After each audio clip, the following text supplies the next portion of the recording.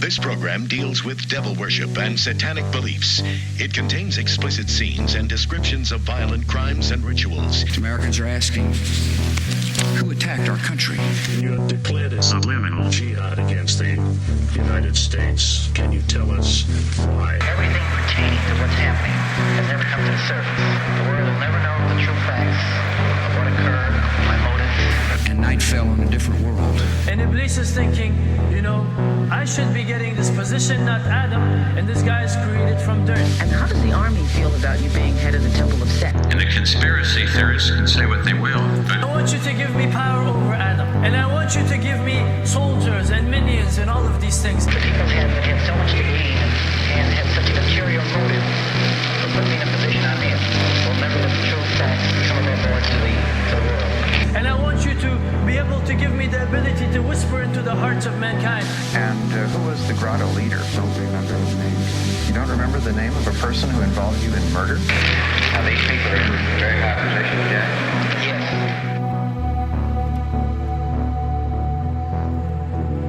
Welcome back to Subliminal Jihad, episode 95. I'm your co-host, Dimitri. I'm Khalid. And today, we have with us two very special guests to talk about perhaps what might be, to my very non-STEM brain, the most complicated topic maybe we've ever addressed on this show. It's pretty lofty. Yeah, this is our first dual guest episode, which I think is appropriate for the loftiness of the topic. We're going to delve into like quantum physics, the ultimate in serious science, I think, today. Yeah.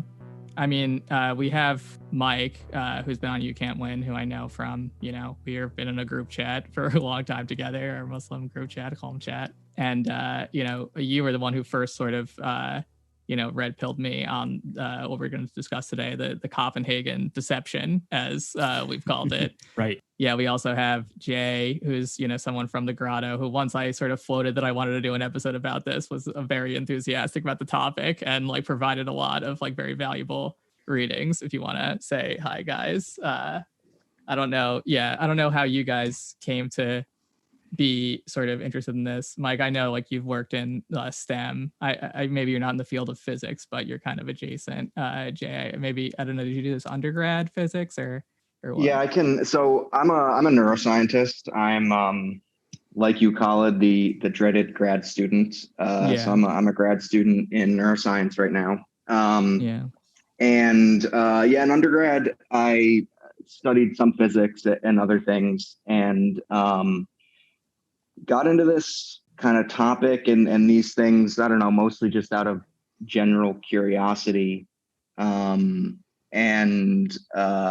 I came to read David Bohm, who's one of the physicists and authors we're going to be talking about. I don't remember, I found him somehow through, just reading random stuff, and really liked his kind of alternative view on some of these things. And so I just ended up reading a bunch of him when I was in college and just afterwards. So it's something that has, always been interesting to me. And I think I brought up in the Grotto at some point that, I thought the Copenhagen interpretation of quantum mechanics there was something, to use, our favorite word here, sus about it, that it fit so nicely with the way sort of culture and society developed in the second half of the 20th century, I think, in a way that we'll come to talk about. But because it's the sort of central takeaway of the Copenhagen interpretation is in a way that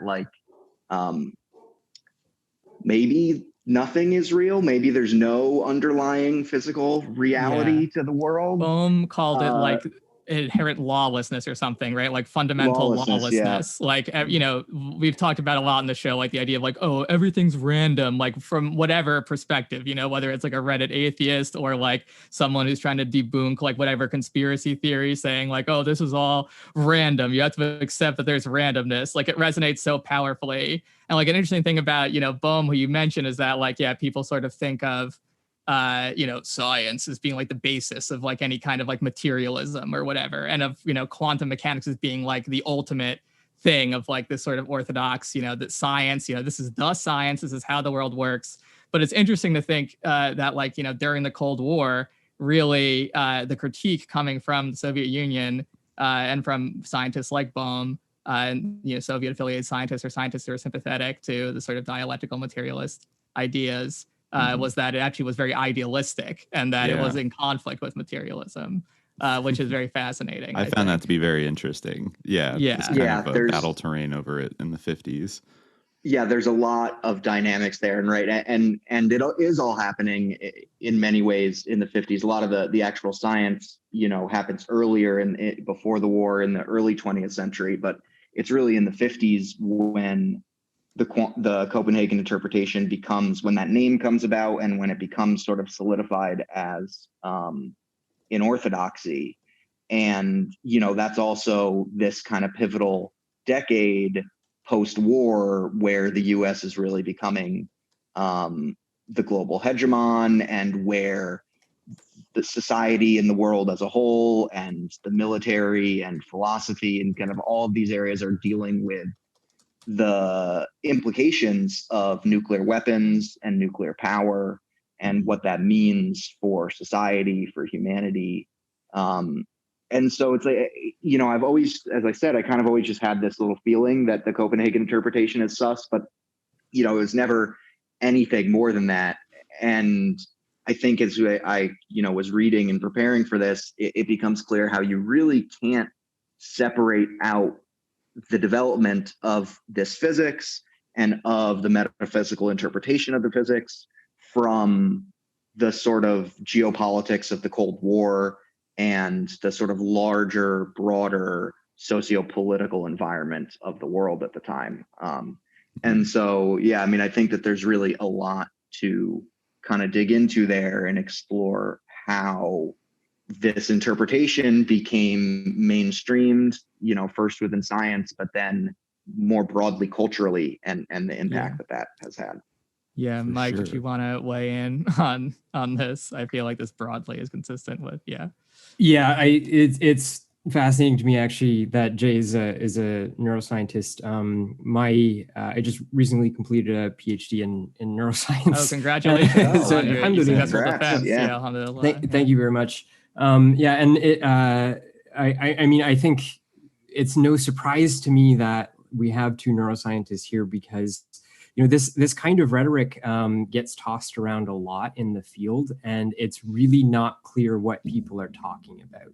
So a significant chunk of my thesis deals with a theory which basically says that a particular cellular molecular system is stochastic rather than deterministic. And it took me many moons to try to figure out what the hell that meant. And this inevitably leads you into quantum mechanics and into the Copenhagen interpretation, because I'll never forget talking to someone that I respected very much. I still respect them. They're a postdoctoral fellow, working in a very prestigious lab. And I was talking to them about this theory, and they just insisted that, certain cellular events, in this case, the specification of a neural stem cell as a particular type of neuron, occurs spontaneously. And I kept trying to probe into like, what could that mean? Does that mean without a cause? And it appeared to me that that's indeed what they meant, and that there was nothing further to probe into, about this system once you characterized it as stochastic, because that was random, right? And of course, there's this like fundamental randomness at the base of reality.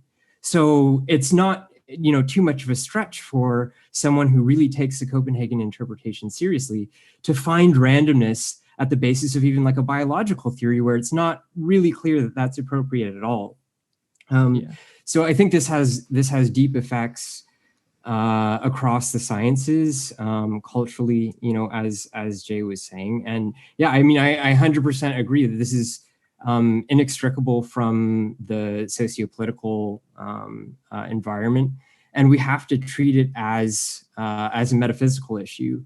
And the alternatives are metaphysical alternatives. And there's this kind of hostility to metaphysics that is constantly expressed by physicists, by other scientists. You'll hear people say all the time, just like metaphysics is bullshit. Right? Like there's nothing there, right? Like it's a pseudo. It's just and without understanding that, like anytime that you posit a mathematical model, there's a metaphysical component that comes along with that, because the model nominates certain kinds of things that exist in the world. Right. Otherwise it wouldn't be a natural scientific model. It's not about the world otherwise, right? So there's at least an ontology there. And I think it's important to acknowledge that, and to acknowledge that, a lot of the day-to-day kind of goings on in science have this actually fundamentally metaphysical character that's very difficult to talk about, because everyone kind of swears off metaphysics. Yes, I think that's very, one thing that I'll definitely mention is I feel, we're both Muslims, Muslim converts, for those, just to clarify for everybody. Keeping track. Yeah. But and I think it's very interesting to think, because you mentioned determinism, which is like a key feature of this is really right like at the intersection of like the two SJ like prime undercurrents, because like it's sort of a Cold War issue where the Bohmian interpretation was one that was sort of championed by Marxists and sort of on the Soviet side, and it's also something that I feel like resonates, like pilot wave theory, as Bohmian mechanics is also called, or they might be slightly different things. Again, I'm not as knowledgeable like as you guys, before I started actually doing the reading, which you and Jay recommended for this. I was saying to Dimitri, like, we should do an episode about the Copenhagen deception. He was like, what is that? And I was like, it's like, it's like this physics thing, like a double slit experiment, it's like a bunch of shaitanic stuff, like, whatever. It's not like, trust me, but Schrödinger's suscat. But it is interesting how, exactly. It's a sus cat and a sus box. It's interesting how like much it resonates like powerfully with, what we know of, like Islamic ontology, or Akbarian or Ash'ari ontology. Even the aspect of the wave, I think about like the idea of like the wave of being, or like the classic Sufi metaphor of the individual as being like refuge from the sea of being, and to pay attention to there's a poem by Jami, Abdurrahman Jami, that's pay attention to or like take notice of the sea between breaths, like on the shore is disgrace and on the sea is harmony, trying to sort of reunite with the source. It's it's very interesting. But I first heard I think that I first started talking to you about this because I had read Karen Barad. Are you guys like familiar with her? Like that was assigned to me like in one of my humanities courses.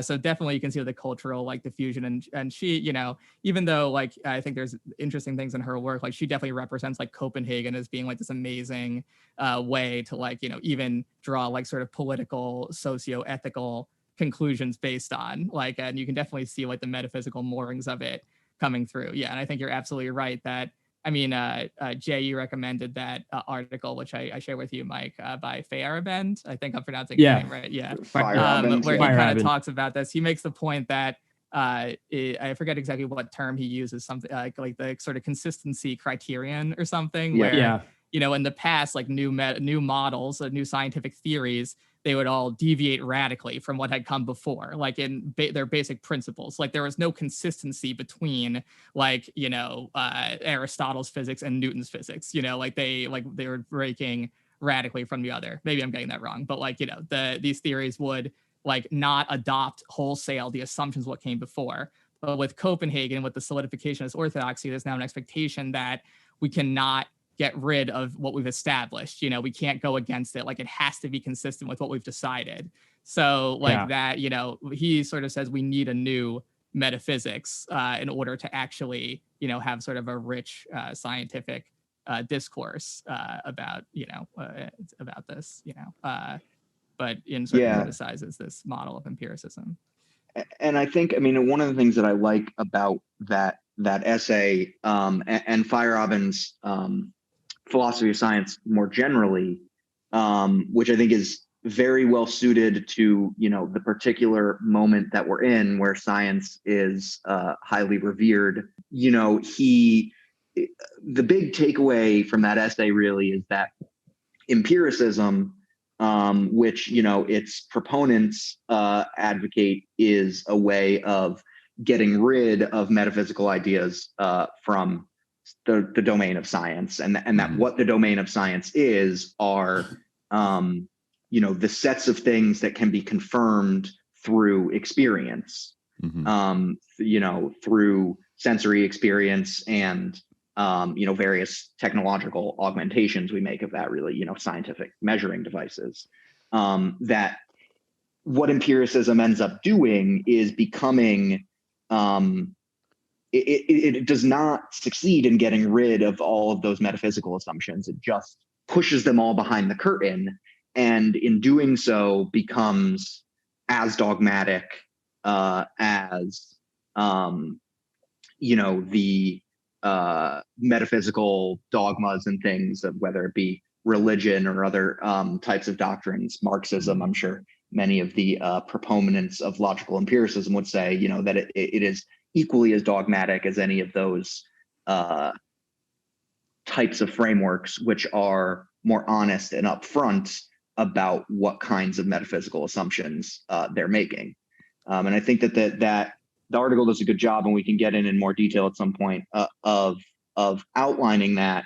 But also, you know, for people, I imagine your listeners, you know, are going to be pretty interested in this, who are interested in having a intellectual defense of science that is also critical of the way that it has been operationalized, you know, politically in the last couple of years. I think that essay would be very interesting to people. Yeah, that's called like How to Be a Good Empiricist, right? That's what How to Be a Good Empiricist by Paul Feyerabend, which is just help me, I'll spell it for people. Feyerabend. Yeah, he was a philosopher of science. He started as a quantum physicist and became more a philosopher of science. And his sort of principal sort of opus work is called Against Method, which is this very strong and rigorous kind of philosophy of science tome that basically says, you know, the scientific method doesn't exist. It's not a real thing. It's, you know, it's this made up thing. And when you actually look at the history of science, that the way it actually has proceeded and the way the developments of science and technology proceeded completely contradicts the view of science as having a rigid or codified method that brings you towards some kind of truth. And, you know, as a scientist, I read this in undergrad, and you want to, you know, push against that. All of your inclinations are to say, well, that can't be true. You know, I've been taught that there is this scientific method, but it's very hard to find many difficulties with his arguments. Yeah, I just wanted to read like some quotes that he has from like major figures. Like this is from Max Born, who was like a major figure in the sort of genesis of quantum mechanics. I thought this was a very telling quote. You know, he says, just to sort of underscore like his basis for making this critique based on the sort of consistency idea, Born said, "If any further theory should be deterministic, it cannot be a modification of the present one, but must be entirely different. How this should be possible without sacrificing a whole treasure of well-established results, without contradicting highly confirmed physical laws and thereby violating the consistency condition." That's Feyerabend's interpolation, you know. "I leave the determinist to worry about." And then this is another one. "The Copenhagen interpretation of the quantum theory," writes Heisenberg, "starts from paradox. Any experiment in physics, whether it refers to the phenomena of daily life or to atomic events, is to be described in terms of classical physics." And this is, you know, Feyerabend's emphasis. "We cannot and should not replace these concepts by any others. Still, the application of these concepts is limited by the relations of uncertainty. We must keep in mind this limited range of applicability of the classical concepts while using them, but we cannot and should not try to improve them." You know, so like there's just a fundamental opposition. Sounds a to little like ontologically strident. Yeah, well, like they have certain metaphysical commitments that they have. Yeah. There's well, another I mean, part of this, sorry. No, what were you gonna say? Oh, yeah, I just wanted to say there's another part of this essay that I really felt like we had to read because it was like a very like it resonated very powerfully with like topics we've discussed like on SJ in the past. And this is, I was saying to Mike just before this, I feel like, he has like a little bit of a Reddit atheist vibe, but part of the reason why I like this quote is that it's very much against, like, I feel like he would not be a fan of like certain ideas like we voted on subliminal jihad in the past, but I feel like, he's kind of putting this empiricism on equal footing with like other paradigms. He says, what we have said applies even to singular statements of observation. Statements which are empirically adequate, but which are the result of observation, such as here is a table, may have to be reinterpreted, not because it has been found they do not adequately express what is seen, heard, felt, but because of some changes in sometimes very remote parts of the conceptual scheme to which they belong. Witchcraft is again a very good example. Numerous eyewitnesses claim that they have actually seen the devil or experienced demonic influence. There is no reason to suspect that they were lying, nor is there any reason to assume that they were sloppy observers, for the phenomena leading to the belief in demonic influence are so obvious that a mistake is hardly possible. Possession, split personality, loss of personality, hearing voices, etc. These phenomena are well known today. In the conceptual scheme that was the one generally accepted in the 15th and 16th centuries, the only way of describing them, or at least the way it seemed to express them most adequately, was by reference to demonic influences. Large parts of this conceptual scheme were changed for philosophical reasons, and also under the influence of the evidence accumulated by the sciences. Descartes' materialism played a very decisive role in discrediting the belief in spatially localizable spirits. Descartes, a little bit of a sus word, but anyway, I digress. The language of demonic influences was no part of the new conceptual scheme that was created in this manner. It was for this reason that a reformulation was needed, and a reinterpretation of even the most common observational statements. Combining this example with the remarks at the beginning of the present section, we now realize that according to the method of classes of alternative theories, a lenient attitude must be taken with respect to the meanings of all the terms we use. We must, so, maybe people are like, what do you mean by Satan, etc. I'm just saying, but I thought of exactly that when I read that section too, and it's something that I think that, you talk about conspiracies and stuff online, people are always pushing back on it. It's also something that I find in my own, political discussions with people. It's like, people get really bogged down on meaning, and, what he's saying here really is that, we have to be loose with what we mean, right? Because what we're talking about, and this kind of relates back to what Mike said at the beginning, right, is that like these scientific ideas are models of the world, and we don't want to be mixing up the thing in our model for the thing in itself. Same too with something like Satanism. It's not about being so focused on worshiping the particular entity Satan as it's represented in X or Y, literature or tradition, but about the broader space about what that is, taken to mean. Absolutely. Absolutely. I would say that maybe the version of satanic panickers that really do believe in, like, they were raised in, I don't know, an evangelical church to believe in the red devil who hops around with a pitchfork, and they're projecting that onto, I don't know, Travis Scott or something. Like, that's kind of a reductive way where they're not realizing how their own lens and the articulation of the concepts like they were raised with is like particular, and they're kind of projecting that out. Whereas I do feel like we're trying to look at it more like you described as a kind of a subtler phenomenon of kind of influences, and being open to being loose with those terms, because I can't exactly, like, I don't feel comfortable pinning down exact when I say something has like a satanic vibe. I feel like it is a meaningful thing to point out as, I don't know, in terms of like, just describing like a phenomenon, or kind of influences. But I think we can still be loose with, well, to what extent is that some kind of like subtle mass psychological phenomenon?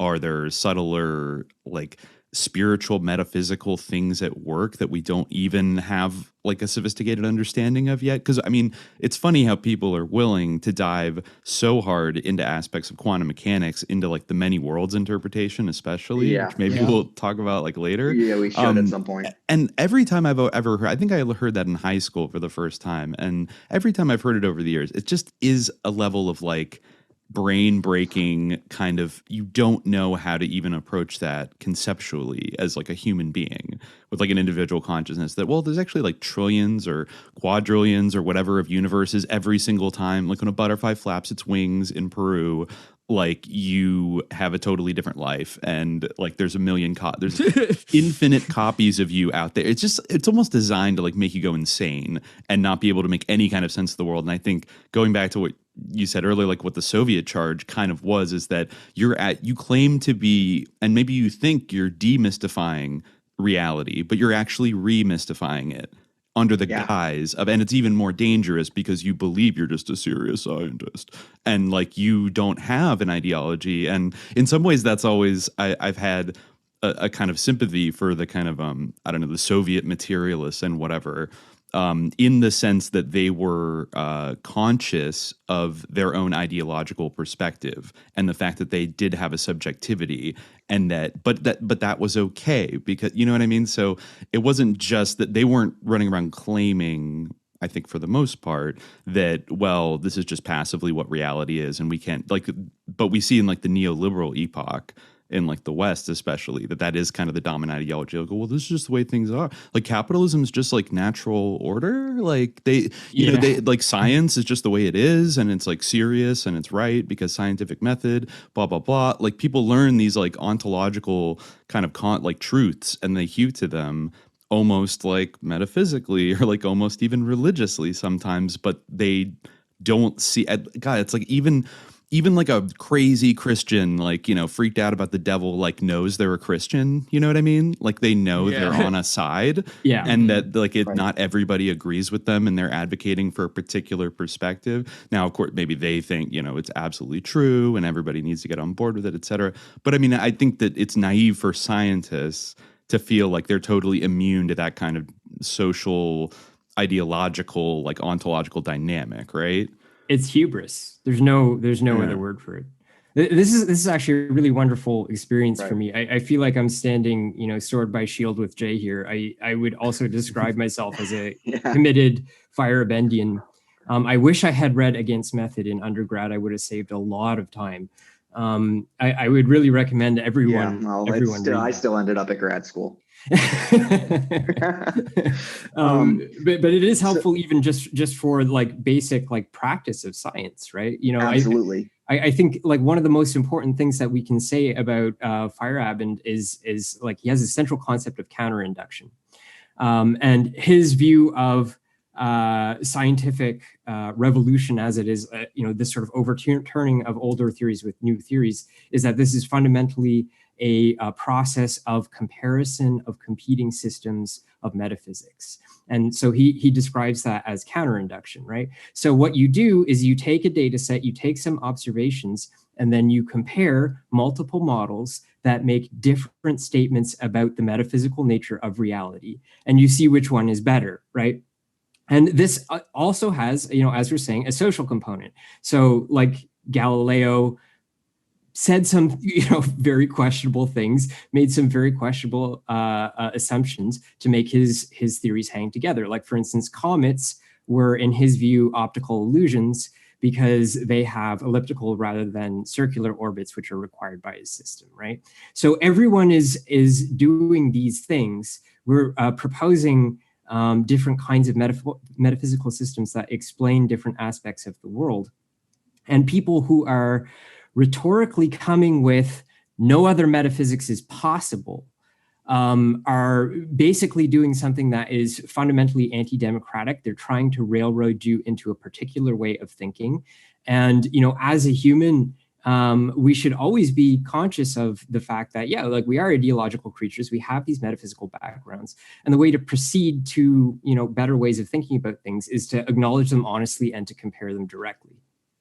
Mm-hmm. Yeah, absolutely. I mean, I agree with that. And I think we see within the sciences how much of a pressure, and this is, built in sort of ideologically and methodologically, over many generations, but how much of a pressure there is to be unbiased, right? And that's part of the idea of science, is that we are unbiased observers of particular phenomenon that are happening, and we measure them, and then we make reports about them. And there's the scientific standard or sort of style structure, which is that you always write your scientific reports in the passive voice, because it is not you doing the experiment.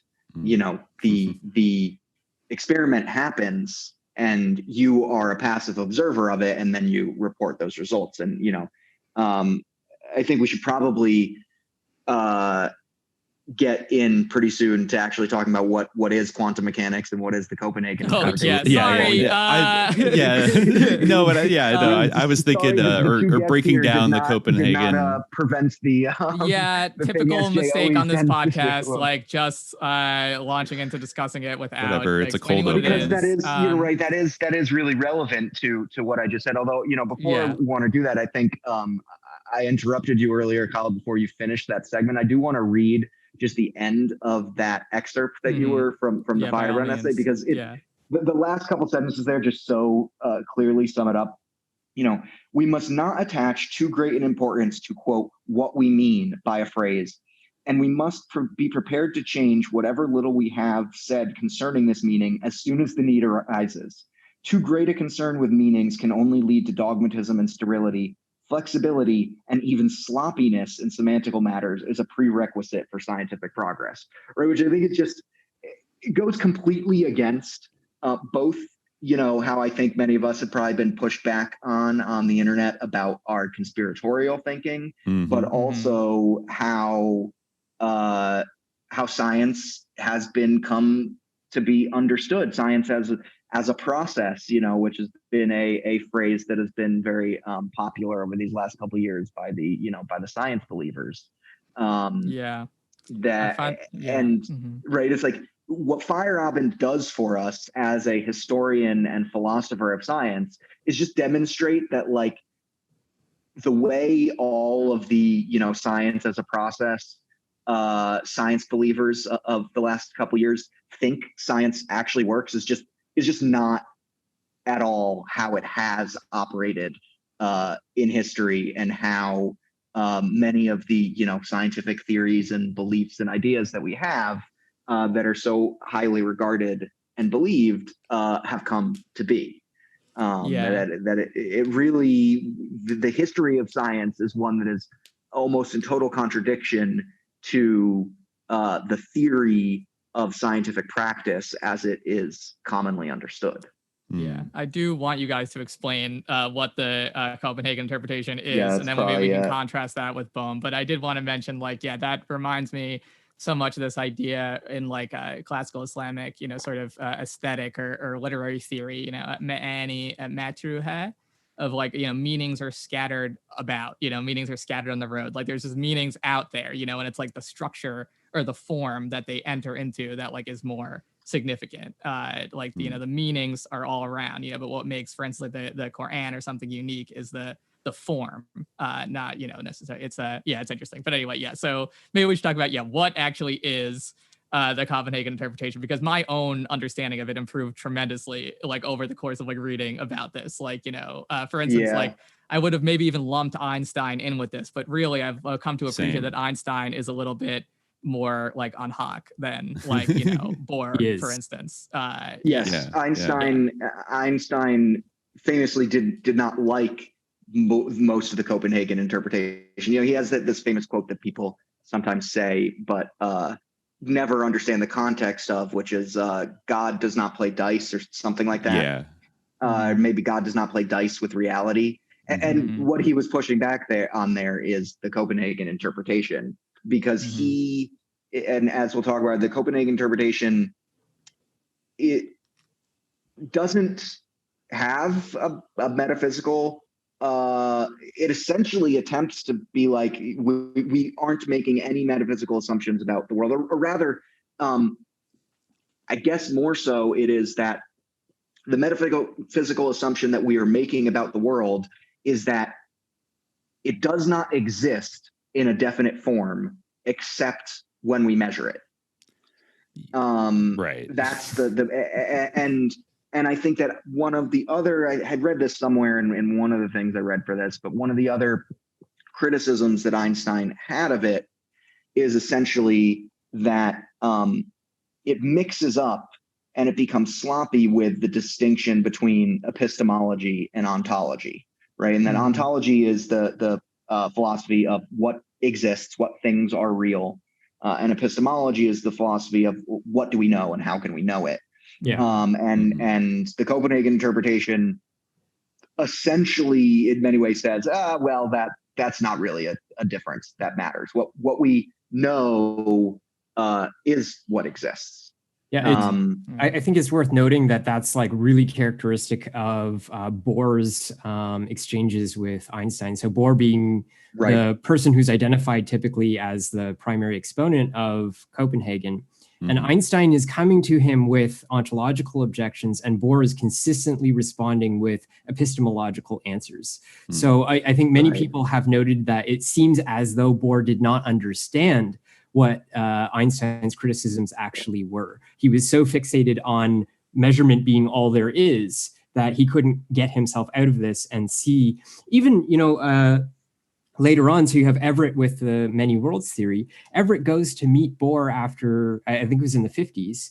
And Bohr thinks he's just like a complete moron, even though Everett is saying something that is sort of implied in some ways by his theory, or at least you could extend his theory to think of this, right? So Bohr was completely locked in to his own view and couldn't even appreciate people who looked to him as kind of like an intellectual progenitor and were doing something like slightly different, right? Like he could not wrap his head around any of that.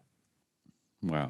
Yeah. I mean, and it is interesting. I mean, what's one of the things that's great is, this is one of the moments in the history of science that is the most well sort of documented. We have, and there have been projects to, document the history of the development of quantum mechanics. And we have all of these records of private correspondences between all of the important players and scientists in this. And so we get a view of both their private and more public facing views on this. And so, I think there's been a lot of very good history of science kind of scholarship that's been done on quantum mechanics.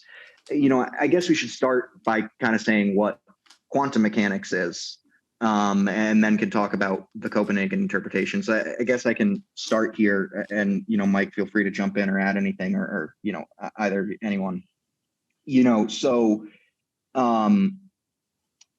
we tend to think, right, quantum mechanics basically came about in the early 20th century as the science, the physics of describing really, really small things. So atoms and things smaller than atoms, right? And, before quantum mechanics, we tend to think of that the world is sort of infinitely divisible into smaller and smaller components, right? And the atom theory dates back to Aristotle or maybe even earlier, that, the world is composed of atomistic, indivisible, elementary building blocks, right? And then, at Aristotle's time, they thought that the elements were earth, wind, air, and fire and things. And we've obviously had different models since then. But the sort of metaphysical assumption that the world is composed of tiny building blocks has kind of always held true. And quantum mechanics developed at a period where science was getting technological and advanced enough to get those building blocks to be really, really small. And they started getting weird results from experiments that didn't really make sense under the assumption that the world is composed of these small little building blocks. So, people probably remember from like chemistry classes or things in high school that, the model of the atom. Everyone can imagine the atom. You've got the nucleus of protons and neutrons in the center, and then the electrons are orbiting around it on the outside. But quantum mechanics actually gives us a more complicated model where none of these things have a definite position. They're not little particles, but rather they are distributed probability functions over space. So, if people remember back from the chemistry classes, that electrons have these orbitals and they have these different weird shapes like barbells or other things. They're not just orbiting around the atom in a sphere. They're in these weird sort of shapes. That's all due to quantum mechanics, and it's due to the sort of weirdness, which we'll talk about. And so, I think that one of the principal elements of quantum mechanics. So what is quantum, right? Quantum means discrete, individual, a single thing, right? And so what is different about quantum mechanics fundamentally from other elements of physics is that the variables of interest, the things that you measure about the things in the world that you're interested in, electrons and protons and atoms and stuff like that, can only take discrete values. They cannot have a continuous any possible value on a spectrum, right? If I'm talking about the speed of a car, that can be any speed from 0 to 200 miles an hour or whatever, and it can have every possible speed in between there. Whereas the energy of an electron can only have certain quantized values. So that's what the quantum part means. And that in itself was radically different from how everyone the first experiments that kind of revealed quantization probably happened in the late 19th century. And it was really shocking to people.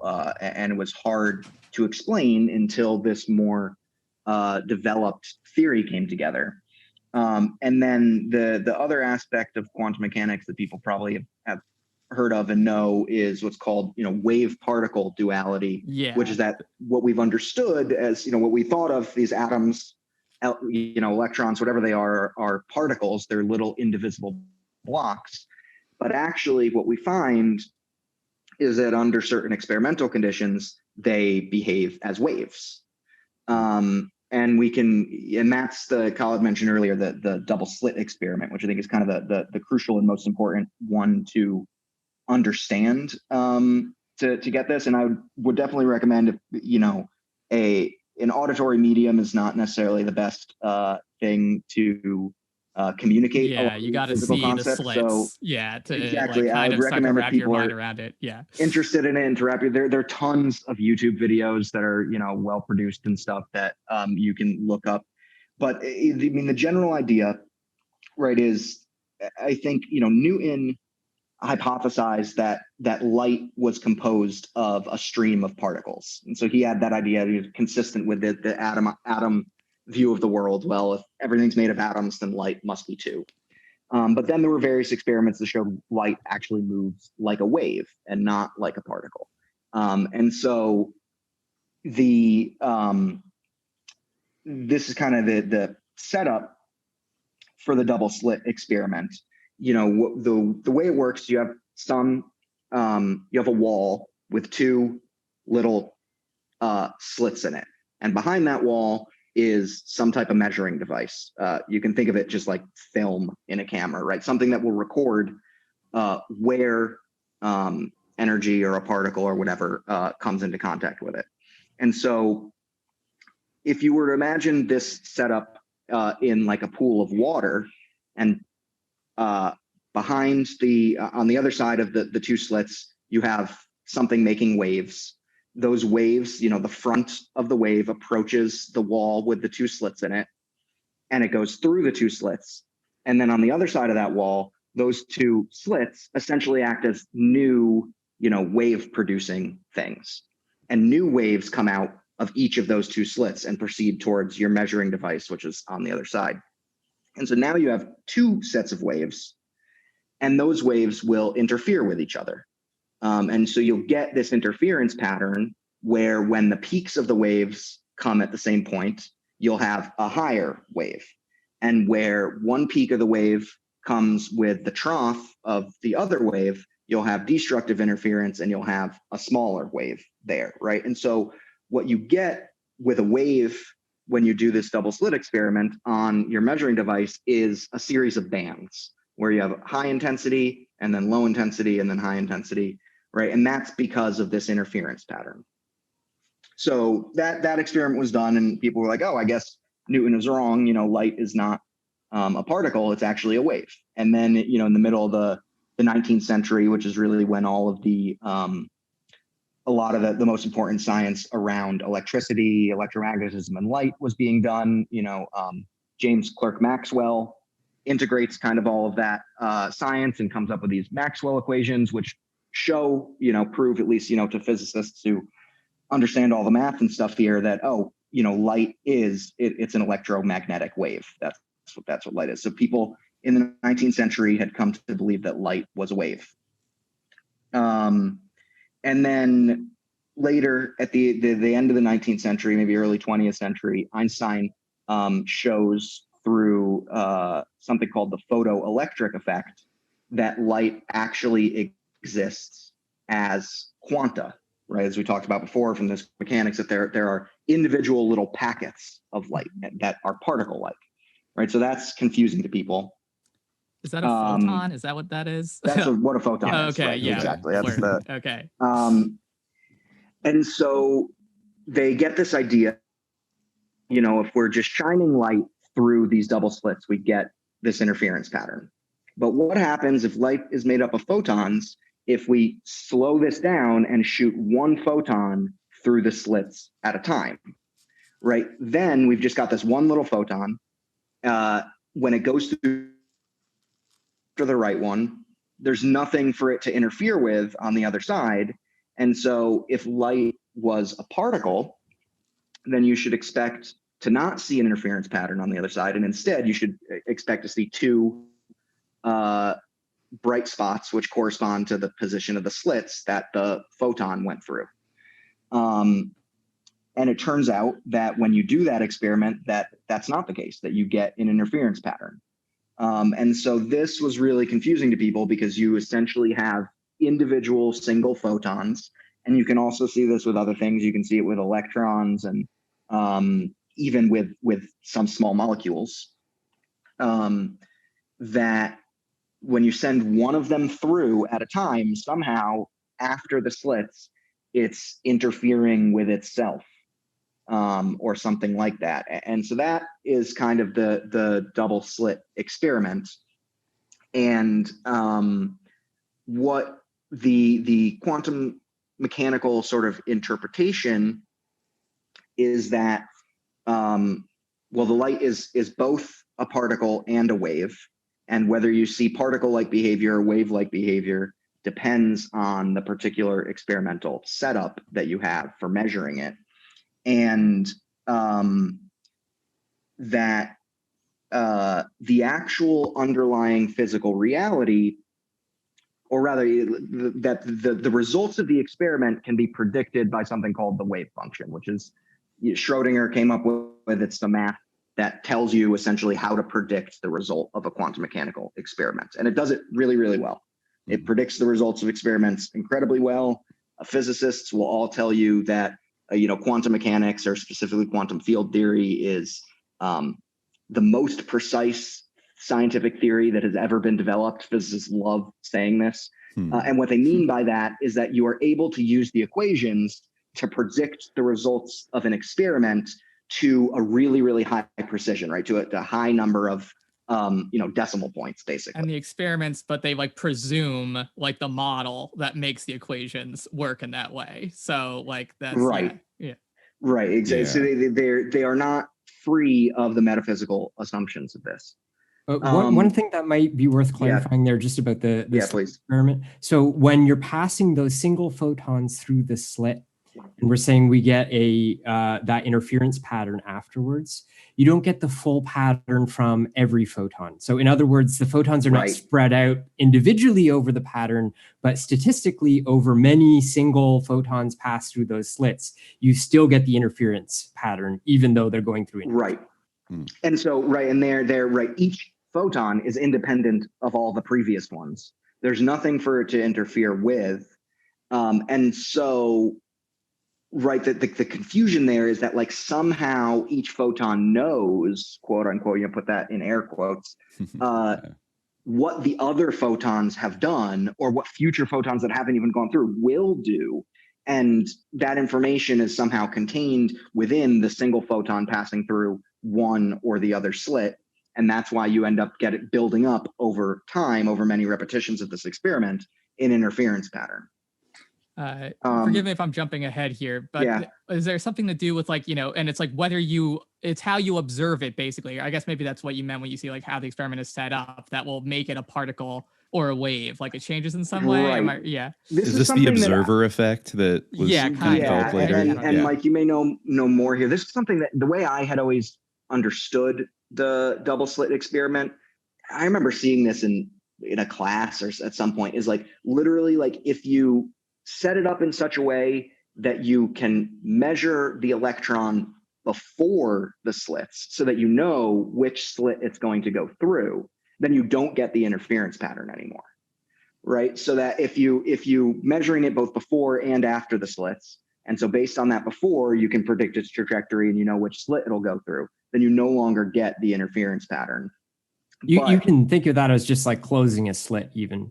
Right, like you get if you have the slit open and you're always passing, let's say you're going through the top slit with your photons, right? You close the bottom slit. Now it's behaving. It doesn't show the interference pattern, despite the fact that the photons were always going through the top slit anyways. So how the hell does the photon know that the bottom slit is closed, right? Like this is this very weird kind of phenomenon. So the setup of the experiment can affect the result, even though apparently the part of the setup that changes the result doesn't interact with the particle itself. Right. Mm-hmm. Yeah, I think that, and so that is like that right there really is like the fundamental weirdness of quantum mechanics. Besides, the quantum part of it, that like, okay, we've accepted that these things only move in discrete values, is that the results of these experiments, the results of what is happening physically, one would think, at least naively, is changing according to variables essentially totally disconnected from what we understand to be the actual physical process that we're measuring. And so, I think that does a decent job of kind of explaining quantum mechanics. Obviously, none of us are physicists here. I'm sure people would have some I already know there's going to be people who are like, nothing. We're going to get messages like, I'm sure. Just to direct those to Khalid and Dimitri. Just to represent the interests of the absolute layman here. So the Copenhagen interpretation of that became sort of the consensus. Which parts of what you just described kind of solidified themselves in this? Yeah, so let me see. There's one of the papers we read, I think, had a good short description of this. Let me see if I can find that. Basically, the Copenhagen interpretation was essentially the view. One of the essential components of it was Bohr's idea of complementarity, which is essentially that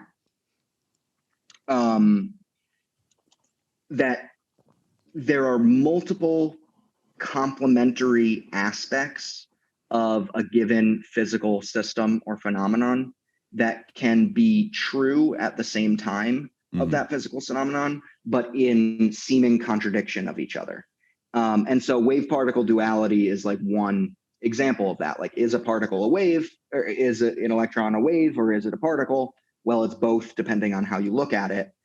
So Bohr's idea of complementarity is they're saying that the true nature of the thing is both of those things are true, and each represent an aspect of the true fundamental reality of that phenomenon, but reveal themselves in different ways depending on how you observe the phenomena, how you set up, measurements and things like that.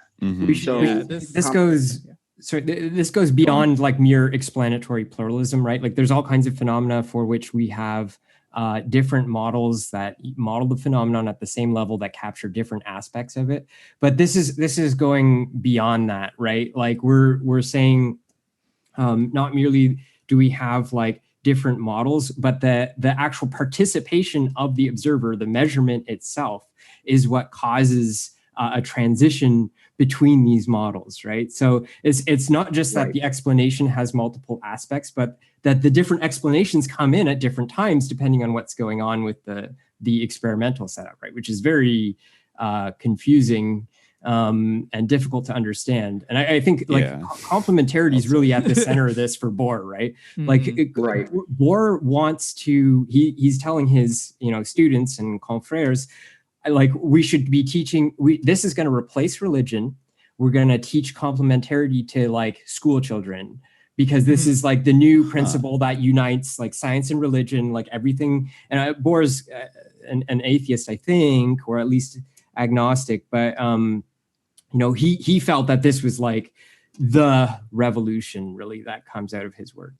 Wow. Yeah, that makes sense. I found the quote I was thinking about what the Copenhagen interpretation is. So Edward McKinnon writes that the Copenhagen interpretation includes the uncertainty principle, the idea that photons, electrons, and other particles exhibit both wave and particle properties, and the probabilistic interpretation of the wave function. So, I mean, I think there are two now sort of new things to briefly talk about, the uncertainty principle and the wave function there. So the uncertainty principle, also a thing that people may remember from high school chemistry. Yeah. The Heisenberg, says, Heisenberg, exactly. Who, Heisenberg's now everybody knows that name. Yeah. That there are complementary pairs of variables about different physical systems or phenomenon that cannot be known, that their values cannot be known at the same time, that there's some limit to the certainty you can have of the value of one of those variables relative to the other. So the most commonly understood pair of these is position and momentum, right? So if you're talking about measuring a particle, you want to know where is it in space and where's it going? How's it moving, right? And if you know those two things about it, you know basically everything about it. And the uncertainty principle essentially says that there is a limit to how definitely you can define both of those variables at the same time. And this is the easiest way to understand this is like, well, how do you measure the position of a particle?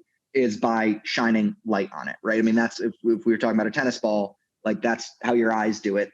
Light hits it, and then they go to your eyes, which detect that, and then you compute where that tennis ball is in space. If you do that with an electron, well, the size of the electron and the momentum of the electron and the momentum of the photon that you're using to measure it are much closer to each other than the tennis ball and the photon.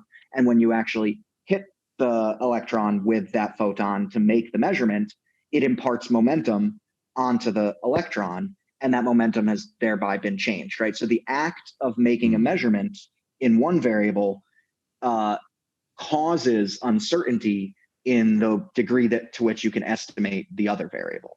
I see. So that's the uncertainty principle, and a lot of the sort of quantum mechanical interpretations or the metaphysical aspects of it, it's sort of derived from that. And this is, again, like it's hard to overstate like how radical this view is from classical physics, because like in classical physics, you're just always assuming that the particle or whatever it is that you're measuring is real, that it exists out there in the world, and that all of these variables about it, its position and its momentum, among many other things, are defined, right? That the very idea of saying, well, I'm going to measure where this tennis ball is and where it's going presumes that the tennis ball exists and that those variables that you want to measure about it have values, right? Whereas now that we get into the quantum realm and you have the uncertainty principle, and this is getting back to Mike, I think it was you who was saying that, like, right, Bohr's response to Einstein's ontological questions were always epistemological, right? That kind of is because of the uncertainty principle. He's saying, well, Einstein was saying is like, well, our position and momentum both uniquely defined, but we just can't measure them? Or are you saying then that they don't have values until the measurement process happens? And that latter part, what is the essential sort of aspect of the Copenhagen interpretation. So this, right, the last, again, just reading this definition, the Copenhagen interpretation includes the uncertainty principle, the idea is that photons, electrons, and other particles exhibit both wave and particle properties, and the probabilistic interpretation of the wave function. So that last part, right, the wave function tells you about the probability of finding a particular particle in a particular area of space, or something like that. It tells you about the probabilistic distribution of the potential values that your quantum mechanical system could take upon measurement.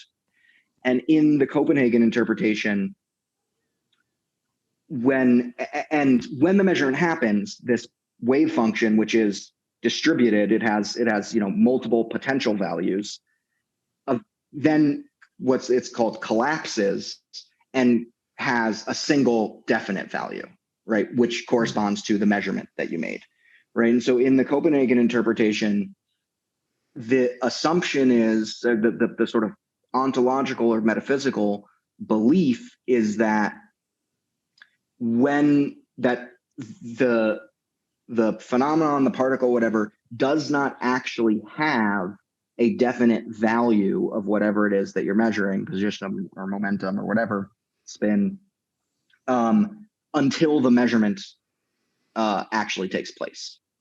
And this is how, we talked about Schrödinger's sus cat.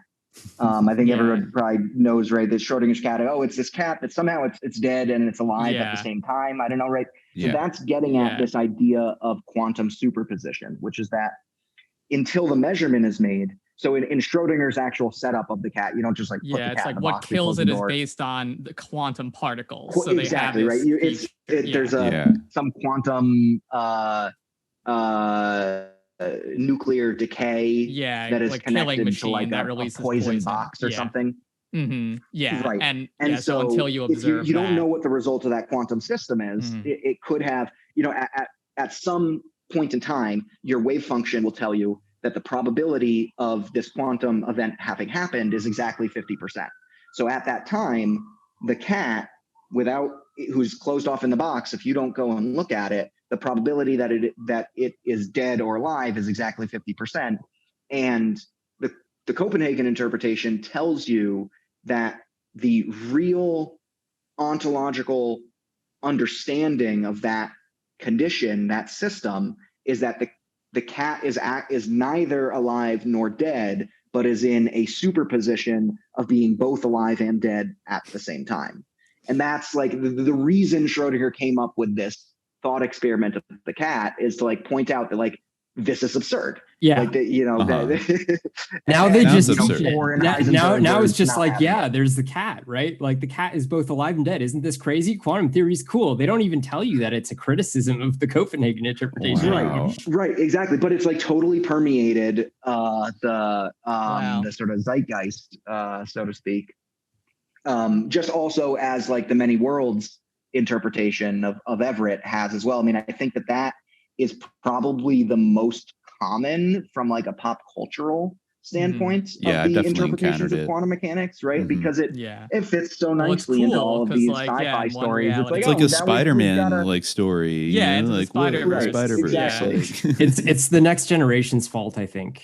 I think they were that's really Star like, Trek. yeah, angle. Yeah, right. Mirror universe. Well, I guess it even goes back to TOS, right? Because they had that. That's true. But in TNG, they had at least one episode that was explicitly many worlds. It was like, right. Many, I remember that one. A million wharfs, enterprises pop into existence, and all that kind of et cetera, et cetera. Yeah. Mm-hmm, yeah. That I think that was kind of a cultural watershed for that idea. Yeah. I could see and that. I mean, the many worlds interpretation or certain aspects of like these theories did become popular. I noticed I found a book by Philip Ball called Beyond Weird, Why Everything You Thought You Knew About Quantum Physics is Different. And that's, I feel like for somebody who really is like not a science person, like it does a great job, like wading through these issues kind of in layman's terms of like how it's not really it's pretty critical of the Copenhagen interpretation and really critical of many worlds hypothesis. But yeah, he kind of sorry, I just forgot what I was going to say, like referencing from that. But sorry, go ahead. I'll remember it in a second. No worries. I just wanted to, mention I mean, this like you sort of mentioned the, indeterminacy and the probabilistic interpretation and things like that. That is, I think, Bohm in particular, David Bohm, his critique, which is, deterministic, is very interesting and like very compelling, of that. And he's someone, again, to kind of get to this sort of convergence of like our two interests between sort of like ontology and metaphysics and like Cold War stuff. Like his theories were like very fiercely opposed, basically because he was like associated with communism. He was like it was like, if we can't refute him, someone said like, if we can't refute him, we're just going to ignore him, because it doesn't. I forget who exactly. Right. I remember I had not recalled that quote until you said it, but right. Someone did say that. And yeah, so, right. So Bohm, I think in his first book on this, calls it an ontological interpretation of quantum mechanics, right? So specifically like the problem he was trying to resolve was like, what the hell does this mean? Like he, like Einstein, didn't believe that God played dice with reality. And it just was not satisfying that we have to make this assumption or have this belief rather that the actual physical ontological existence of the world is just indeterminate until we make a measurement of it. And so that and he was, I think, even by Einstein himself, considered basically like Einstein's protege. So Bohm did his PhD at Cal Berkeley under Oppenheimer. Yeah, that's right. Oppenheimer was the one who said that that quote about like, we can all ignore him. Yeah. There's some great that's definitely like really worth getting into because Oppenheimer like completely throws Bohm under the bus. Yeah. Although I do want to read one great thing. I sent this quote to a friend the other day because I think all of us grad students can sympathize with this. Mm-hmm. Bohm was reaching the end of his own research on the collision of protons and deuterons, only to find it plucked away from under his nose. The scattering calculations that he had completed proved useful to the Manhattan Project and were immediately classified. Without security clearance, Bohm was denied access to his own work. Not only would he be barred from defending his thesis, he was not even allowed to write his own thesis in the first place. To satisfy the university, Oppenheimer certified that Bohm had successfully completed his research, and he was awarded a PhD in 1943. God, I could only wish. If only my PI would classify all of my work and then just no, he has done the PhD. I mean, the 50s were an amazing time for getting a PhD. I feel like, really research dissertation. Yeah, exactly. Never exactly. show your advisor your dissertation. I just remembered what I was going to read from that book, and it actually comes back around to this perfectly, because it is about Bohm, and I guess his kind of ideas of like explicate order and implicate order and things like that. Actually did become very popular with the New Age movement. But Philip Ball kind of believes that, he says this quasi-mystical view of reality has made Bohm popular with the New Age movement, sometimes to the detriment of what were rather profound, if somewhat abstruse, reflections on the message of quantum theory. I just noticed here on his Wikipedia, because I can't resist, that he was very interested in the nature of consciousness. So I guess more the kind of ontological stuff, with particular attention to the role of thought as it relates to attention, motivation, and conflict in the individual and society. These concerns were a natural extension of his earlier interest in Marxist ideology and Hegelian philosophy. But here, his views were brought into sharper focus through extensive interactions with the philosopher, speaker, and writer Jiddu Krishnamurti beginning in 1961. The collaboration lasted a quarter of a century, and the recorded dialogues were published in several volumes. His prolonged involvement with the philosophy of Krishnamurti was regarded somewhat skeptically by some of his scientific peers. The mature expression of Bohm's views in the psychological field was presented in a seminar conducted in 1990 at the Oak Grove School, founded by Krishnamurti in Ojai, California. It was one of a series of seminars held by Bohm at Oak Grove School, published as Thought as a System. In the seminar, he described the pervasive influence of thought throughout society, including the many erroneous assumptions of the nature of thought and its effects on daily life. So that's kind of interesting. Krishnamurti in his book Wholeness and Implicate Order, which interesting. And he has I have a book that's authored together with Krishnamurti of his, that's called something about time. I don't have it with me, that I have never gotten around to actually reading, but I think would be interesting. A lot of his later work, right? So, I mean, maybe it's worth talking a little bit about Bohm, his life and his ideas now. So he basically, after in the 50s, got caught up in McCarthyism and got exiled. Basically because Oppenheimer totally threw him under the bus. Right. So during the Manhattan Project, there were all this concern. He was at the Berkeley Radiation Laboratory, which is what Oppenheimer directed, but was absent most of the time to be at Los Alamos. And all of the students and people wanted to go work at Los Alamos, but it was selective and they weren't giving security clearance to a lot of grad students. So his students were kind of back at Berkeley, and they communism was very popular among physicists at the time, many of whom were Jewish.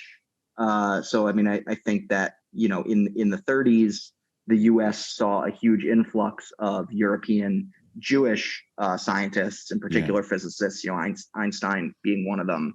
So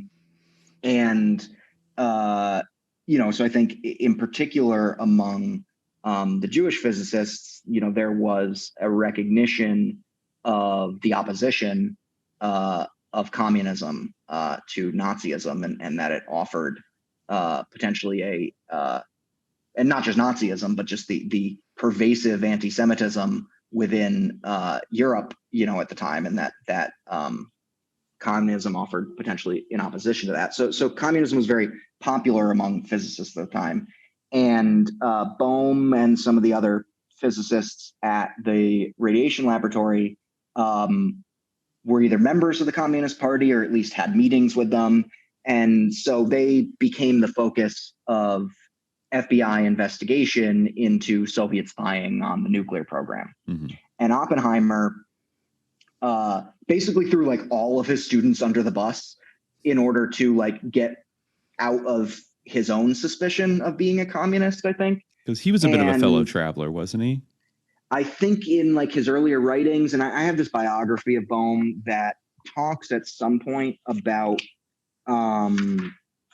there was some packet that was being distributed by the Communist Party or something like that among physicists, or that was rumored to have been written by Oppenheimer himself.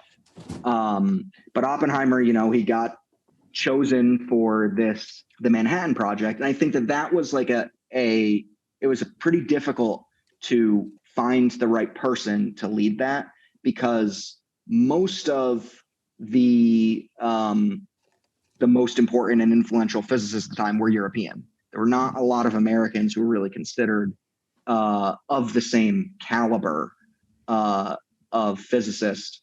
And many of those people had emigrated to the US, and the US wanted to employ as part of the Manhattan Project, but they wanted to make sure they had an American leading it. And so Oppenheimer was, in a way, one of the only people who really had enough stature to be positioned above many of these European physicists, but also was American, and they thought they could trust, maybe, if he wasn't a communist.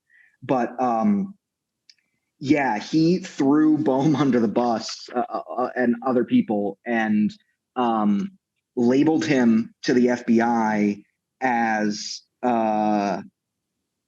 potentially dangerous, I think was a quote that he said to an FBI agent assessing him. And then in the 50s, that then comes back with McCarthyism and all of these physicists who had moved on with their careers. Bohm was at Princeton at the time, working with and under Einstein. And he gets roped back in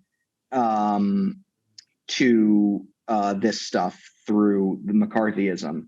And I think Oppenheimer even testifies against him to HUAC or something. I can't quite remember, but he like throws him under the bus again. And there's this website by someone, I guess, who made a documentary about the ideas of David Bohm, but they have a little interesting little summary here talking about, after he was exiled to Brazil, Oppenheimer called a meeting of in Princeton, of all these leading physicists. And they're like, we're going to pick this apart. And, they met for hours and hours, and they couldn't actually take down Bohm's argument. And that's when he said the quote is he's just blacklisted. We can't disprove him. We're just going to ignore him. And then everyone, the writer of this says, older physicists would tell me, but Bohm is wrong. And I would reply, I'm really interested. Would you show me the error? The answer is always the same. Oh, I've not read Bohm's paper. I just know it's wrong. These guys, serious science. It's really difficult not to conclude that Oppenheimer is just a total piece of shit when you read what he was saying about Bohm. I mean, even just on the scientific level. So, there was an interview with one of Oppenheimer's group, Max Dresden, talking about what Oppenheimer had said about Bohm's work. And Oppenheimer's opinion was, we consider it juvenile deviationism. Although, as Dresden conceded, nobody had read the paper. And they said it was just, we don't waste our time. Most of these people are just saying, we haven't even looked at this. We're not willing to consider it, but it's juvenile deviationism. And this guy is a Trotskyist, fellow traveler. And didn't somebody, I saw, I think in that book, Beyond Weird, that somebody, I think they called Bohm, I think it was Bohm, who they had the nickname, it was like Trotsky squared, or so, it was like square root symbol and Trotsky written under it. That's Leon Rosenberg, actually. Rosenberg right. was another, and many of these guys were involved. I mean, it's probably worth saying, Bohm, I think his official communist involvement amounted to 2 or 3 months as a member of the CPUSA. Yeah. There was really not much. That makes there. it all the more sus. They had to destroy him. They went after him. Yeah. And, it's interesting to me as well. The most kind of famous claim that Bohm was totally wrong, right? And that he could not possibly be right was from basically the hockeyist of the Manhattan Project scientists, who is John van Neumann, who is a mathematician primarily, right? And so in the 30s, he had this paper that he published claiming that it's simply impossible to add any more to the Copenhagen picture. Quantum mechanics is complete. Mathematically, this has been demonstrated. And basically, everyone just kind of took his word for it. I mean, von Neumann later is the guy who is advocating for Kyoto to be nuclear bombed. Just to be clear, you're saying he is the hawkiest in a military hawk sense, not that he was the most on hawk member of the. No. Sorry. Hockey is not a the bird. Hey, sometimes we say gently. Right. Yeah, true. Hockey. Yeah. Just to disambiguate that. I mean, he wanted to kill Japs. Like that was his deal. Yeah. So like he was advocating for Kyoto to be bombed because it was a cultural center full of intellectuals who unlike the primitive workers at the Nagasaki Mitsubishi shipyard or something would understand the power of the atomic bomb. So that's why we should bomb Kyoto, right? So nice great. guy. That he's the one who's like consistently referred to just utterly ignore everything that Bohm did, all of his work. Interesting. And part of like his, kind of the core of his idea basically was the idea that like there could be like this is a good from his book Wholeness and the Implicate Order, which was mentioned before. He has like a good summary of the aforementioned indeterminacy principle, and he says he has a little section about it. It's pretty short. He says, we begin with a discussion of Heisenberg's indeterminacy principle.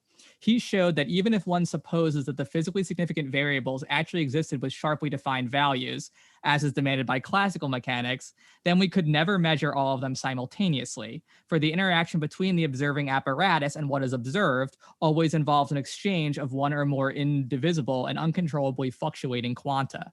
For example, if one tries to measure the coordinate x and the associated momentum p of a particle, then the particle is disturbed in such a way that the maximum accuracy for the simultaneous determination of both is given by the well-known relation delta px, some kind of symbol that I don't recognize, h. As a result, even if there were deeper subquantum laws determining the precise behavior of an individual electron, there would be no way for us to verify any conceivable kind of measurement that these laws were really operating.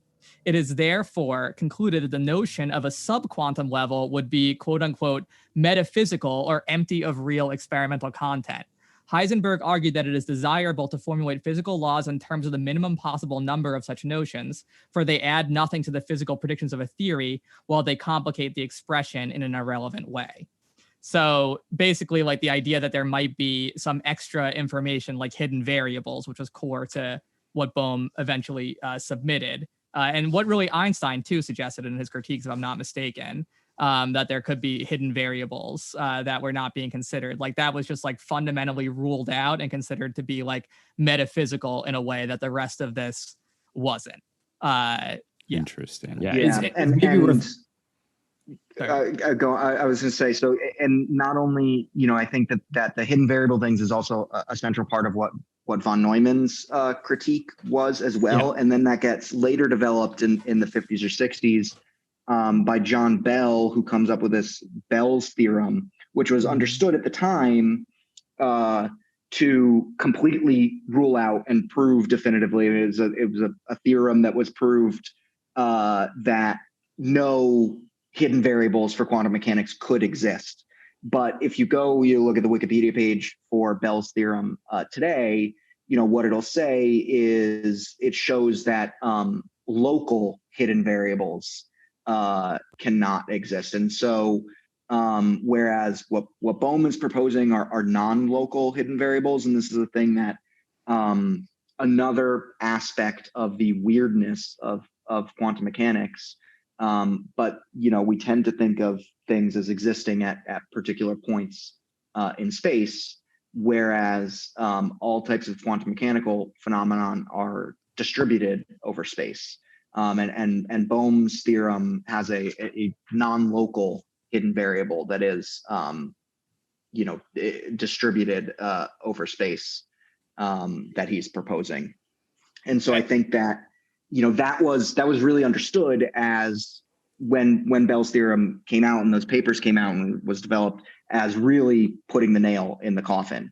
And that really gave everyone the sort of go ahead to be like, all right, we can really ignore this guy now. And Bell was a dedicated Bohmian. So it's actually, I didn't know that. Yeah. So Bell explicitly advocated Bohm's theory.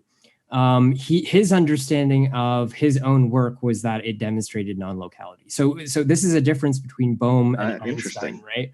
So Einstein, part of his objection, he's usually understood as objecting to indeterminism with this like God does not play dice kind of saying, but I think most of the scholars who have really looked at like the EPR paper, so this is like his major kind of theoretical thrust against the sort of emerging Copenhagen interpretation, is that this is not an objection necessarily about determinism, but is really about non-locality.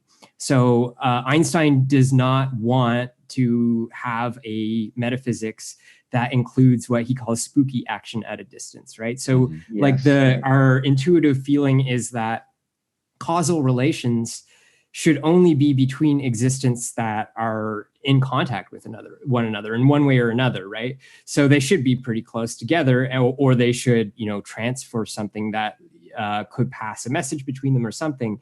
But they should not, if you change, let's say, the position or the spin of a particle in one position, it should not have an effect on another particle, let's say light years away, right, outside of the light cone of the first particle.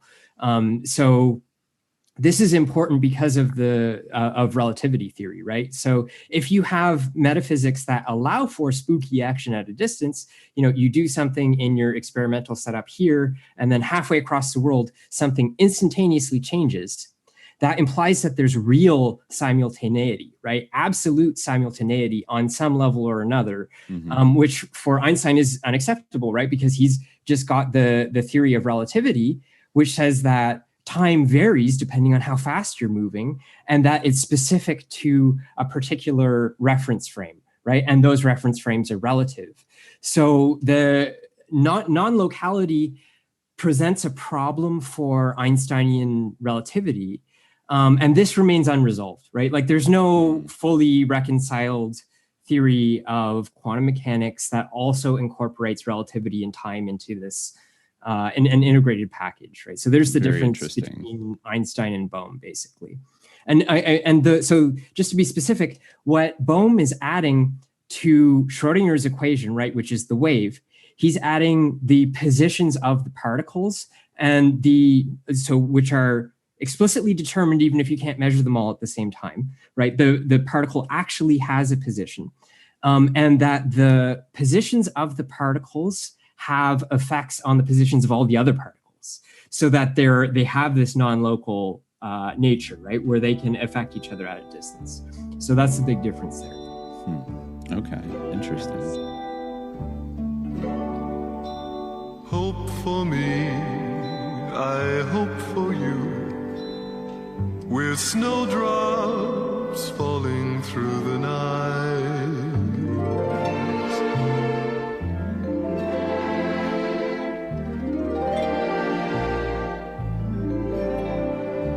We'll melt away before we land, 2 teardrops for somebody's hand.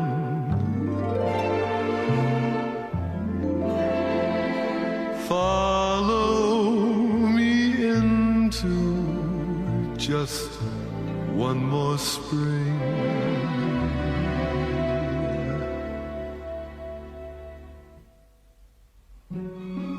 Copenhagen, you're the end, gone and made me child again. Warmed my feet beneath cold sheets, dyed my hair with your sunny streets. Children aren't afraid to love and laugh when life amuses them, and our love is an antique song for children's carousel.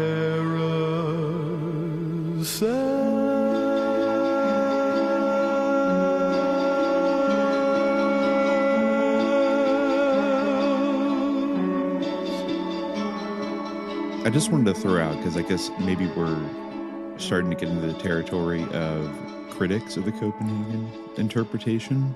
I am curious if you guys know more about, I did read that one essay about sort of the Cold War context, but I don't know if you guys wanted to talk at all about the Soviet Marxist critique that sort of popped up in the 50s and what was their kind of alternative or their ontology as regards like quantum mechanics. And I don't know if it's like far too simplistic to say like, were they right? Were they more correct? Were they less correct?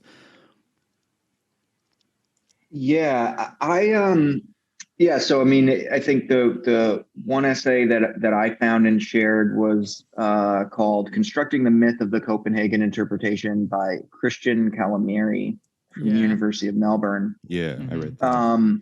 And he talks about this. I say one, it was not totally clear to me from this paper what the sort of Soviet or Marxist alternative was, or how well that was actually developed. I mean, I think that I agree. Yeah. What was clear to me is that it wasn't, after reading this, I was like, I'm not sure this is like the greatest paper, or the author did not think of it as standing alone from a much broader body of work that he has, because there's a lot that is just not really spelled out. For example, I mean, he basically never in this paper says what the Copenhagen interpretation is, and he's constantly talking about Bohr's concept of complementarity, which, like, while people said they agreed with, like, if you look at their actual writings, like, it's not even clear that like people even mean the same thing by this. But he also never explains what complementarity is. This may just be sort of a stylistic thing of like, this is published in a academic journal of philosophy of science kind of stuff, and just was not. Yeah, a lot of it flew over my head a little bit. It was like interesting, but like I needed to go to like more broader sources to sort of get a grounding in all these things like complementarity and stuff like that. And they didn't. You're right. They didn't really get into what was the substance of the Soviet critique, except to say that, well, they were like adhering to the spirit of Lenin by like ruthlessly attacking idealism. And it's like, well, okay, but like what exactly. How did that manifest itself? It seems like that the essence of the critique is that the Marxists, the Soviet scientists, understood the Copenhagen interpretation to be inherently linked to logical positivism or logical empiricism, which was, this philosophical branch in philosophy of science we talked about earlier a bit, that was developing at the time. Its big advocates were like people in Vienna, like Karl Popper, who, was also part of the Mont Pelerin Society, and was very much a peer. Wasn't Karl Popper like the huge influence on George Soros and like the idea of the open society? Possibly. I mean, Popper wrote a book like with the phrase "open society" in the title, but I don't know if if Soros's Open Society Foundation is a reference to that book. I had to. I'll keep going. Sorry to interrupt, but I'll double check that. But Popper is. I mean, he was working in Vienna at the time and is part of the Vienna Circle, which also includes like Austrian economics. Vienna Circle, like Hayek and what's the other guy, von Mises. And again, to repeat kind of what we said earlier, this logical empiricism is the view that all knowledge is derived from sensory experience, and that what we can know are things that are derivable from sense data, essentially. And again, that includes, in their view, extensions of our primary sensory faculties via scientific apparatuses.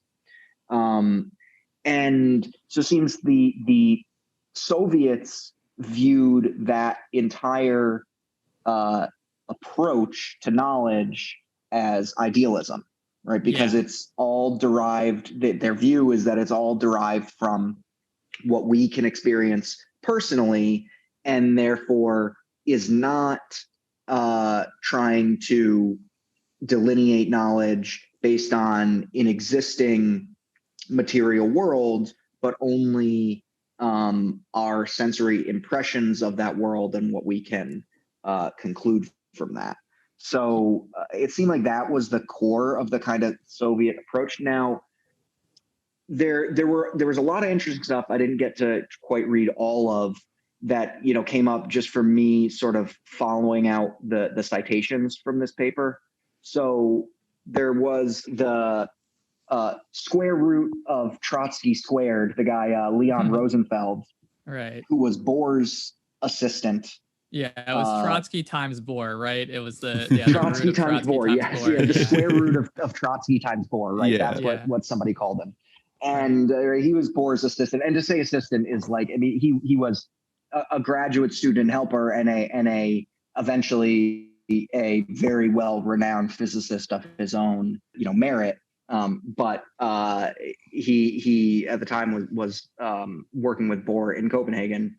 And he wrote a paper basically as a Marxist, basically saying that complementarity and the Copenhagen interpretation were like completely consistent with dialectical materialism. And then there's another paper that I found that was an unpublished paper that was in response to this by Max Born, where he vehemently says, no, dialectical materialism is a bunch of bullshit.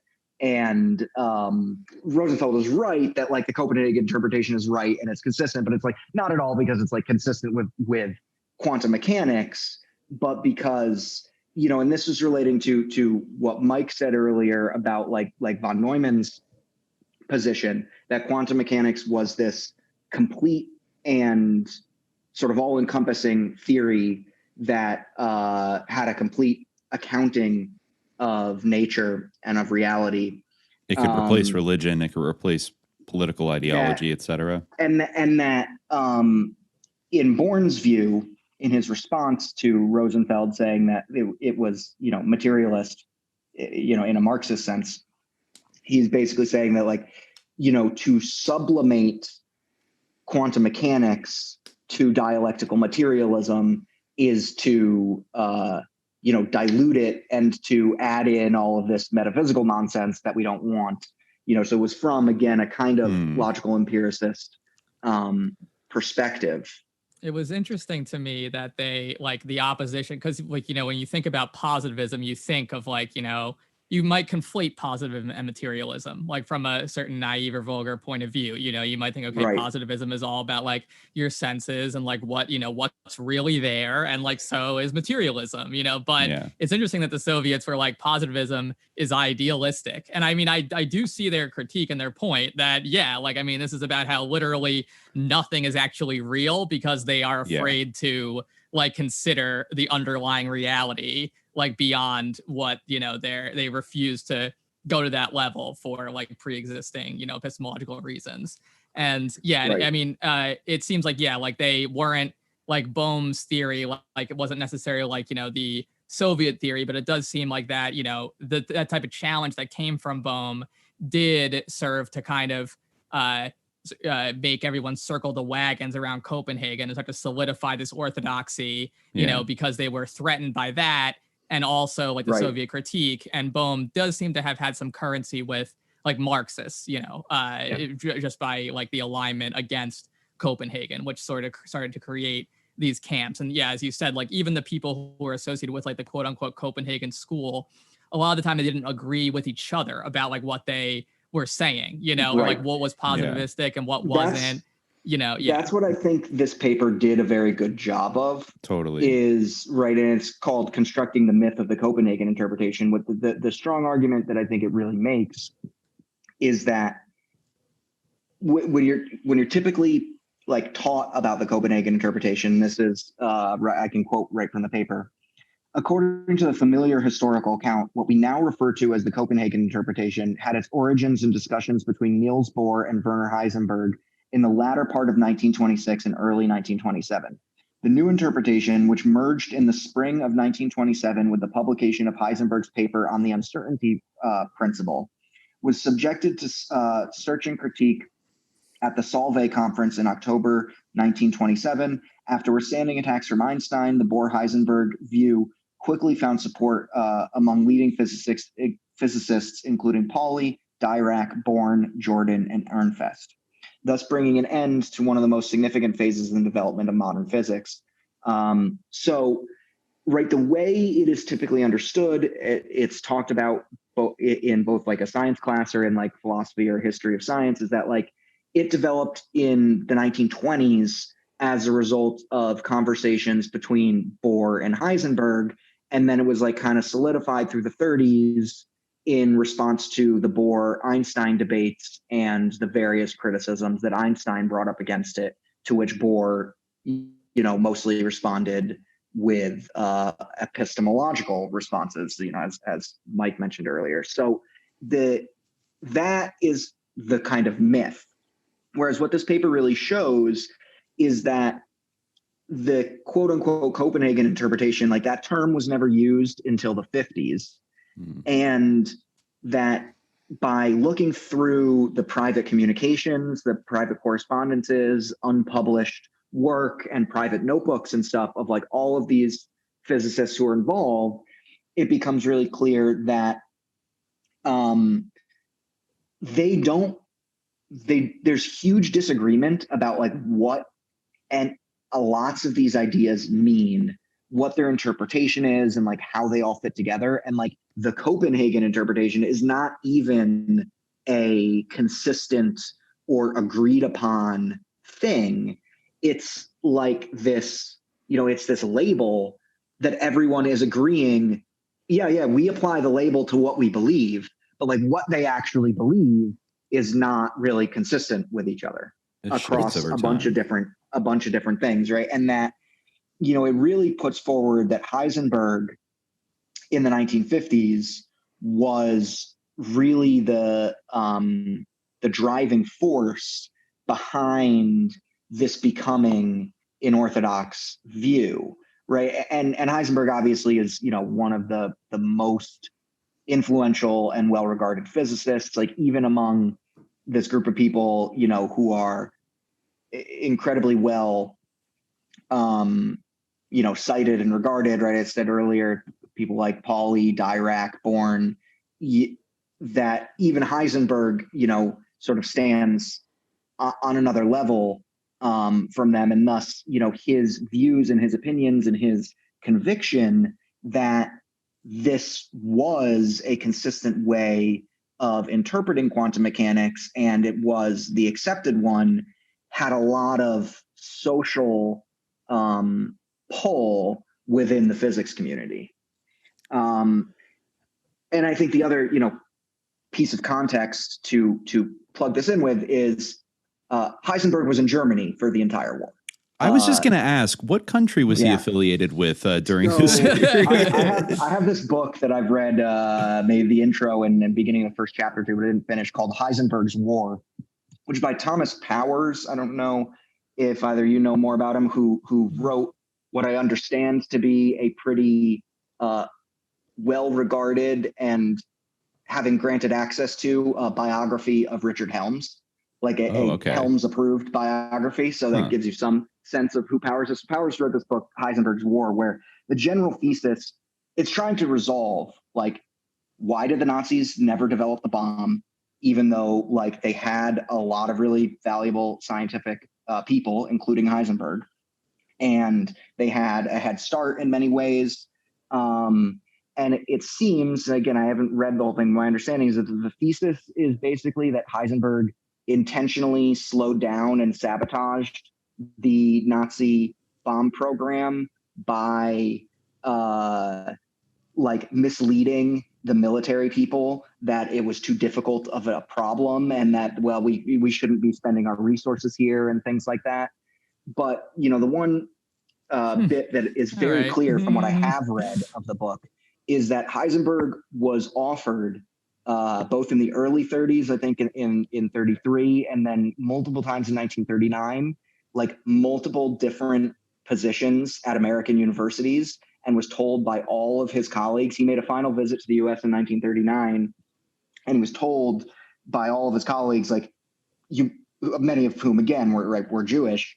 It's like, you need to leave Germany. Like, any university will come and accept you. He was the kind of status that, like, if he said he wanted to move to America, like dozens of universities would be making positions for him to come. There were a lot of European physicists who didn't emigrate because they didn't want to take spaces that might be available for Jews. They didn't want to, compete with them. And so but Heisenberg, was enough of a, like, he would not be competing with space. The universities would make a position for someone like Heisenberg to, like, you can come and be faculty here. And he refused. And from everything that I've read about it, I mean, it seems like he refused. His justification at the time and afterwards were all basically on nationalistic arguments. Is like, well, I need to see Germany, my nation of Germany, through this tough time. And yes, a war is coming, and I think Germany is going to lose, but I need to be here in order to rebuild German sciences after the war. And we know about how German industry was rebuilt after the war. So it certainly is a bit suspicious that he chooses to stay with the Nazis, and he justifies it to the degree that he does. This is based on interviews with other physicists at the time, basically all on nationalism. Grounds. Just like how Robert E. Lee was just a Virginian patriot, and then he kind of reminds me of like, Canaris a little bit, like the future president of West Germany. It reminds me of him a little bit. Like he was like a good. Wasn't he an admiral? Admiral Canaris? Yeah, we talked about him. Yeah. Also, I just doing a little like quick bio browsing of Heisenberg. I did notice that he did join the Freikorps in 1919 to help put down the Bavarian Soviet Republic, and he described it like later on in life. Those days as youthful fun, like, quote, playing cops and robbers and so on. It was nothing serious at all. Yeah, just crushing like communism in Germany. Nothing serious. Fun. Also, but he did actually. It seems like he did have a little bit of a. This is a normal activity to get up to. Everyone goes. It's just normal fun. It puts down worker communes and worker uprising. Yeah, but it does sound actually like he had a little bit of a complicated relationship with the Nazis because he was attacked in sort of Nazi press in the early 30s after Hitler came to power as basically as a, quote, white Jew, like an Aryan German who acts like a Jew. Well, yeah, they didn't like Einstein. I remember from our Atlantis episode, they thought that relativity was like Jewish science, and they preferred Welt Eislehre, like a world ice theory. His cosmology, right? Yeah. I didn't recall that from the Atlantis but here's another either. thing that complicates it a little bit. Like, I guess in the late 30s, he was attacked in the Black Corps, a SS newspaper that Heinrich Himmler ran.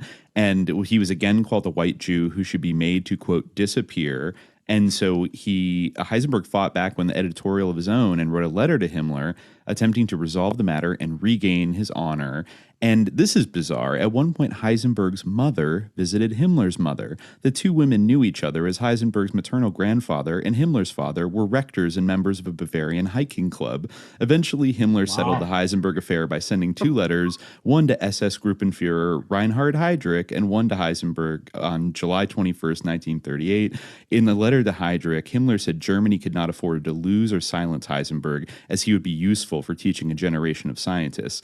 To Heisenberg, Himmler said the letter came on recommendation of his family, and he cautioned Heisenberg to make a distinction between professional physics research results and the personal and political attitudes of the involved sciences. So then, he went on to work in Germany throughout the war. He squashed the beef with Squashed the beef. The timing of that is very interesting, right? Because the letter from Himmler to Heisenberg was May 1938, right? July 1938, and then 1939 he came to America and then refused. Is when he makes the American trip, and that's when he refuses multiple offers, right? Interesting. So, and his justification that he gives to his scientific peers at the time sounds like it's from the language right out of Himmler's letter, which is that like, I need to be in Germany to train German scientists and rebuild German science after the war. I mean, that sounds like it's like directly language out of Himmler's letter. It does sound like that. That is a bit sus. Like if that is ambiguous, and I'm not sure how ambiguous it is at this point, having assembled all that, but there is, while we're on the Nazi tip here, so Pascal Jordan was in the Vienna Circle. He was a German student of Max Born, and he was absolutely a card-carrying Nazi, and was rehabilitated after the war on Pauli's say-so. But he was definitely a Nazi, and so I mean I think that the interesting thing about that construction of the myth of the Copenhagen interpretation is the note that the first instance I think that the author could find of the phrase Copenhagen interpretation is in a Soviet document. And so it makes perfect sense to me that they're looking at, a bunch of liberals and like the occasional card-carrying Nazi in the Vienna Circle, talking about this stuff and taking the Copenhagen interpretation and saying like, yeah, this is our bag, and saying, yeah, that's all the same. Interesting. Yeah. We're also the last thing I'll say, and this might hint at like what not just the Soviets, but the Americans thought of his complicity at the time.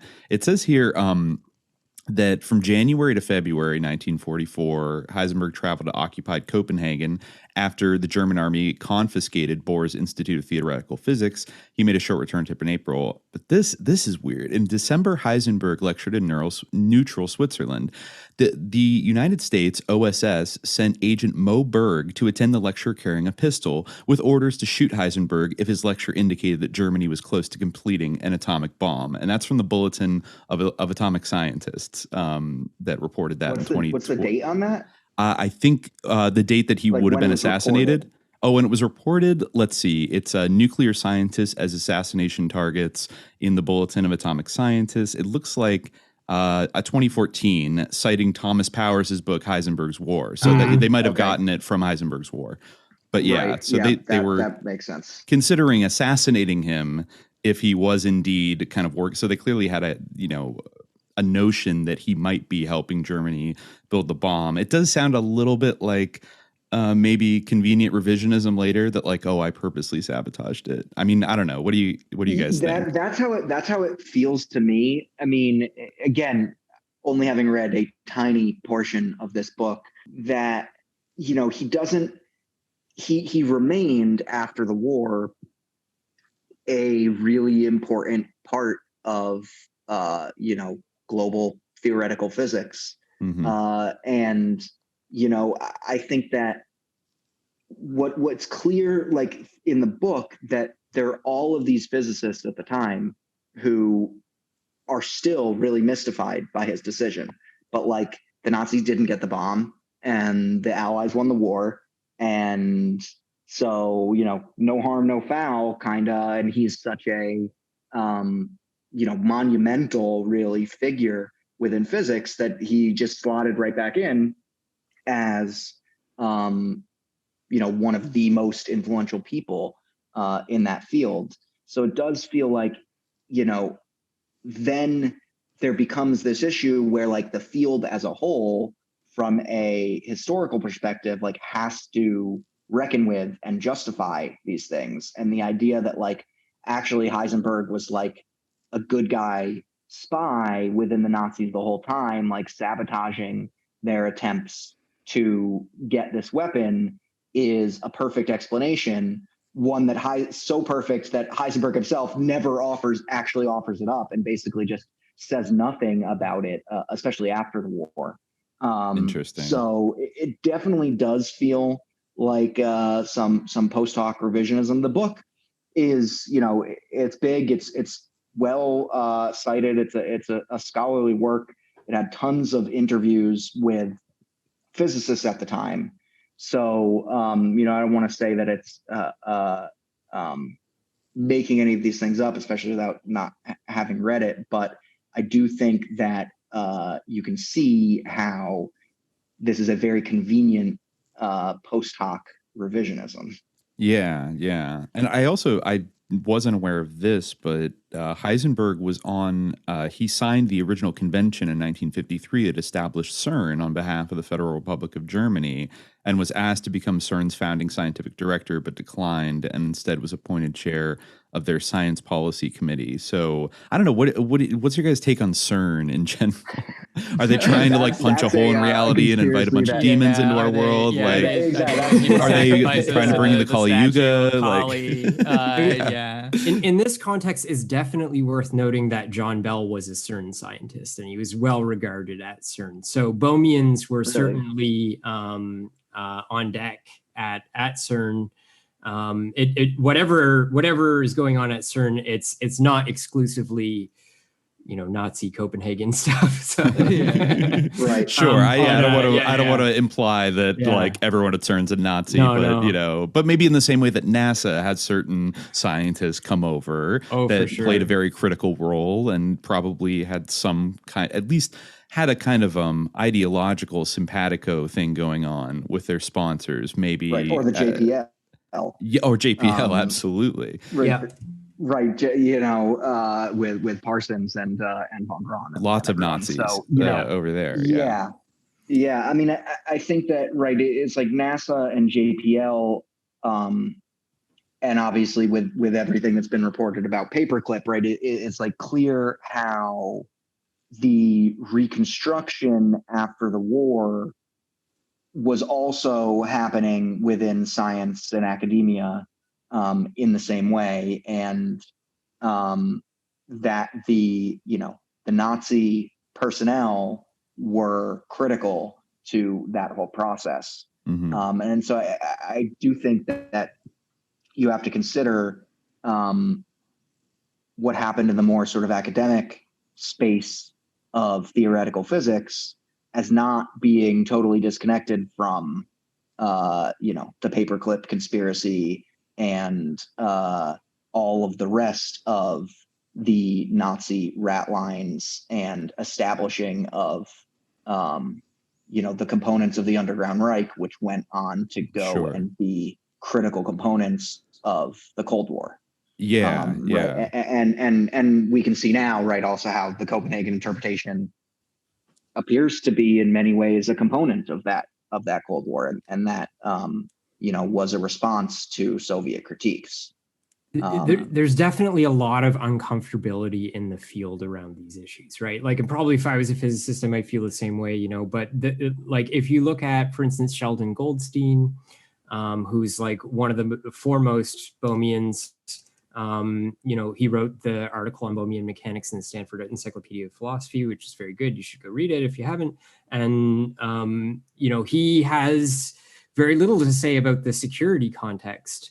And, in terms of an important piece of the backstory here is that Louis de Broglie, very early on in 1927, almost gets to Bohmian mechanics. He's saying, okay, maybe the wave function should not be interpreted probabilistically. It's physically real in some way, and it guides the particles. It provides the information about where the particle is going. Right. And so the pilot wave thing is still the pilot wave, the de Broglie Bohm theorem. De Broglie Bohm, yeah, exactly. Yeah. So and I mean the interesting thing about this, so Goldstein says, okay, at one of the early quantum mechanics conferences, de Broglie's in 27, de Broglie is presenting this thesis, this idea. And, at that, this is at the Solvay Congress in 27. And at that Congress, Pauli comes to him with an objection about inelastic scattering.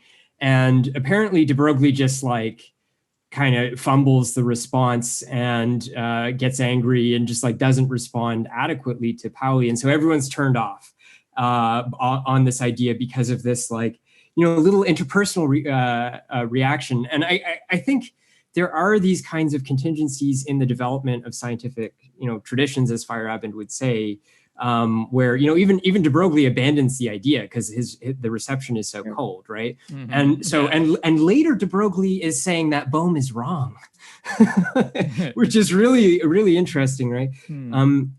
But it's I think it's very difficult to blame the whole thing on like a series of like contingent personal interactions between physicists, and particularly when you get later, into the 70s and 80s, you have people who should be familiar with Bohm by virtue of their expertise, who are like swearing up and down this just like makes no sense. Von Neumann's been right the entire time, and it's difficult to understand how this was such a systematically held view without like I think the addition of the security context is definitely a necessary part of this, right? Like it's the accounts that you get from modern physicists who are Bohmians, who are interested in this, I seem inadequate to me.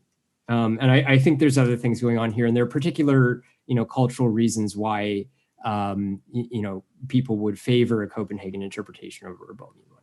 Yeah, on that tip, I wanted to get onto the hawkiness, in the HAQQ aspects of Bohm, because there's like some quotes from like Wholeness and the Implicate Order that I love, that I want to touch on, like in terms of his critique of Copenhagen, because I think that his is like so, he goes in a way that I think is just amazing. Like, he writes about Bohm, or sorry, not about Bohm. He writes about Bohr. He says, "It is evident that according to Bohr's interpretation, nothing is measured in the quantum domain. Indeed, in his point of view, there can be nothing to measure there because all, quote, unambiguous concepts that could be used to describe, define, and think about the meaning of the results of such a measurement belong to the classical domain only. Hence, there can be no talk about the, quote, disturbance due to measurement, since there is no meaning to the supposition that there was something there to be disturbed in the first place. It is now clear that the paradox of Einstein, Rosen, and Podolsky will not arise because the notion of some kind of actually existing molecule, which was originally combined and which later disintegrated, quote unquote, and which was, quote unquote, disturbed by the, quote unquote, spin measuring device, has no meaning either. Such ideas should be regarded as nothing more than picturesque terms that it is convenient to use in describing the whole experimental setup by which we observe certain correlated pairs of classical events, e.g. two parallel spin measuring devices that are on opposite sides of the quote-unquote molecule will always register opposite results. As long as we restrict ourselves to computing the probabilities and pairs of events in this way, we will not obtain any paradoxes similar to that described above. In such a computation, the wave function should be regarded as just a mathematical symbol, which will help us to calculate the right relationships between classical events, provided that it is manipulated in accordance with a certain technique, but which has no other significance whatsoever. It is now clear that Bohr's point of view necessarily leads us to interpret the indeterministic features of the quantum theory as representing irreducible lawlessness. For because of the indivisibility of the experimental arrangement as a whole, there is no room in the conceptual scheme for an ascription of causal factors, which is more precise and detailed than that permitted by the Heisenberg relations. This characteristic then reveals itself as an irreducible random fluctuation in the detailed properties of the individual large-scale phenomena, a fluctuation, however, that still satisfies the statistical laws of the quantum theory. Bohr's rejection of hidden variables is therefore based on a very radical revision of the notion of what a physical theory is supposed to mean, a revision that in turn follows from the fundamental role which he assigns to the indivisibility of the quantum. And I love that. Yeah, he goes on to talk from there about like the value of the idea of hidden variables in a way I think is good. He says, in the view of the above discussion, it seems evident that, at least in the face of the question, we ought to be free to consider the hypothesis that results of the individual quantum mechanical measurements are determined by a multitude of new kinds of factors outside the context of what can enter into the quantum theory. These factors will be represented mathematically by a further set of variables, describing the states of new kinds of entities existing in a deeper sub-quantum mechanical level and obeying qualitatively new types of individual laws. Such entities and their laws would then constitute a new side of nature, a side that is, for the present, quote unquote, hidden. But then the atoms, first postulated to explain Brownian motion and large-scale irregularities, were also originally hidden in a similar way, and were revealed in detail only later by new kinds of experiments, e.g. Geiger counters, cloud chambers, etc., that were sensitive to the properties of individual atoms. Similarly, one may suppose that the variables describing the subquantum mechanical entities will be revealed in detail when we have discovered still other kinds of experiments, which may be as different from those of the current type as the latter are from experiments that are able to reveal the laws of the large scale level, e.g. measurements of temperature, pressure, etc. At this point, it must be stated that, as is well known, the majority of modern theoretical physicists have come to reject any suggestion of the type described above. They do this mainly on the basis of the conclusion that the statistical laws of the quantum theory are incompatible with the possibility of deeper individual laws. In other words, while they would in general admit that some kinds of statistical laws are consistent with the assumption of further individual laws operating in a broader context, they believe that quantum mechanics could never satisfactorily be regarded as a law of this kind. The statistical features of the quantum theory are thus regarded as representing a kind of irreducible lawlessness of individual phenomena in the quantum domain. All individual laws, e.g. classical mechanics, are then regarded as limiting cases of the probability laws of the quantum theory, approximately valid for systems involving large numbers of molecules. And the last thing, it is instructive at this point to contrast the key features of the relativistic and quantum theories. As we have seen, relativity theory requires continuity, strict causality or determinism, and locality. On the other hand, quantum theory requires non-continuity, non-causality, and non-locality. So the basic concepts of relativity and quantum theory directly contradict each other. It is therefore hardly surprising that these two theories have never been unified in a consistent way. Rather, it seems most likely that such a unification is not actually possible. It is very probably needed instead that a qualitatively new theory from which both relativity and quantum theory are to be derived as abstractions, approximations, and limiting cases. So this new theory is what is needed, one that of which these others are abstractions, so like a deeper theory. Is this sort of like the grand unified theory of quantum physics that people are always kind of searching for? Or just like an underlying reality as opposed to no reality, and everything is just like some measurement that has no course, it's just like a loop or something. This is kind of what he says. The basic notions of this new theory evidently cannot be found by beginning with those features in which relativity and quantum theory stand in direct contradiction. The best place to begin is with what they have basically in common. This is undivided wholeness. Though each comes to such wholeness in a different way, it is clear that it is this to which they are both fundamentally pointing. Reminds me of something. Unification. Right. Yeah. I mean, so to Dimitri's point, right? I mean, the grand unified theory is something that unifies relativity and quantum mechanics. Or you may hear say that the one fundamental force that quantum mechanics can't explain right now is the force of gravity, right? And that is explained by relativity theory, which essentially says, right, that this was Einstein's. It was the other revolution in science that happened in the beginning of the 20th century. And that's where the term space-time comes from, where E equals mc squared comes from. And that, it says that what gravity is actually a curvature of space-time. So like the reason the Earth orbits the sun in an ellipse is actually because that's a straight line in the curved space-time around the gravitational body of the sun.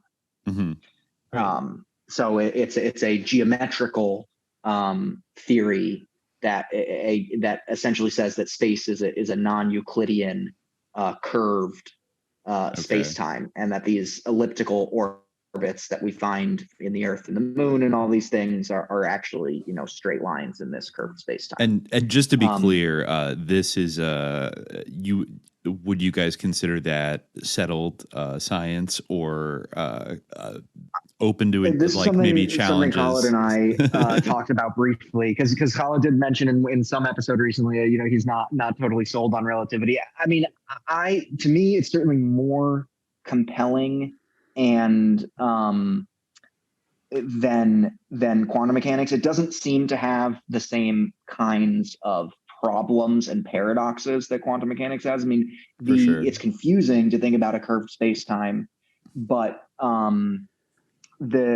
and it's unintuitive and it's very difficult to understand, especially from a very technical sense. But I don't think it leads to these kinds of these are rather paradoxes that we've talked about, where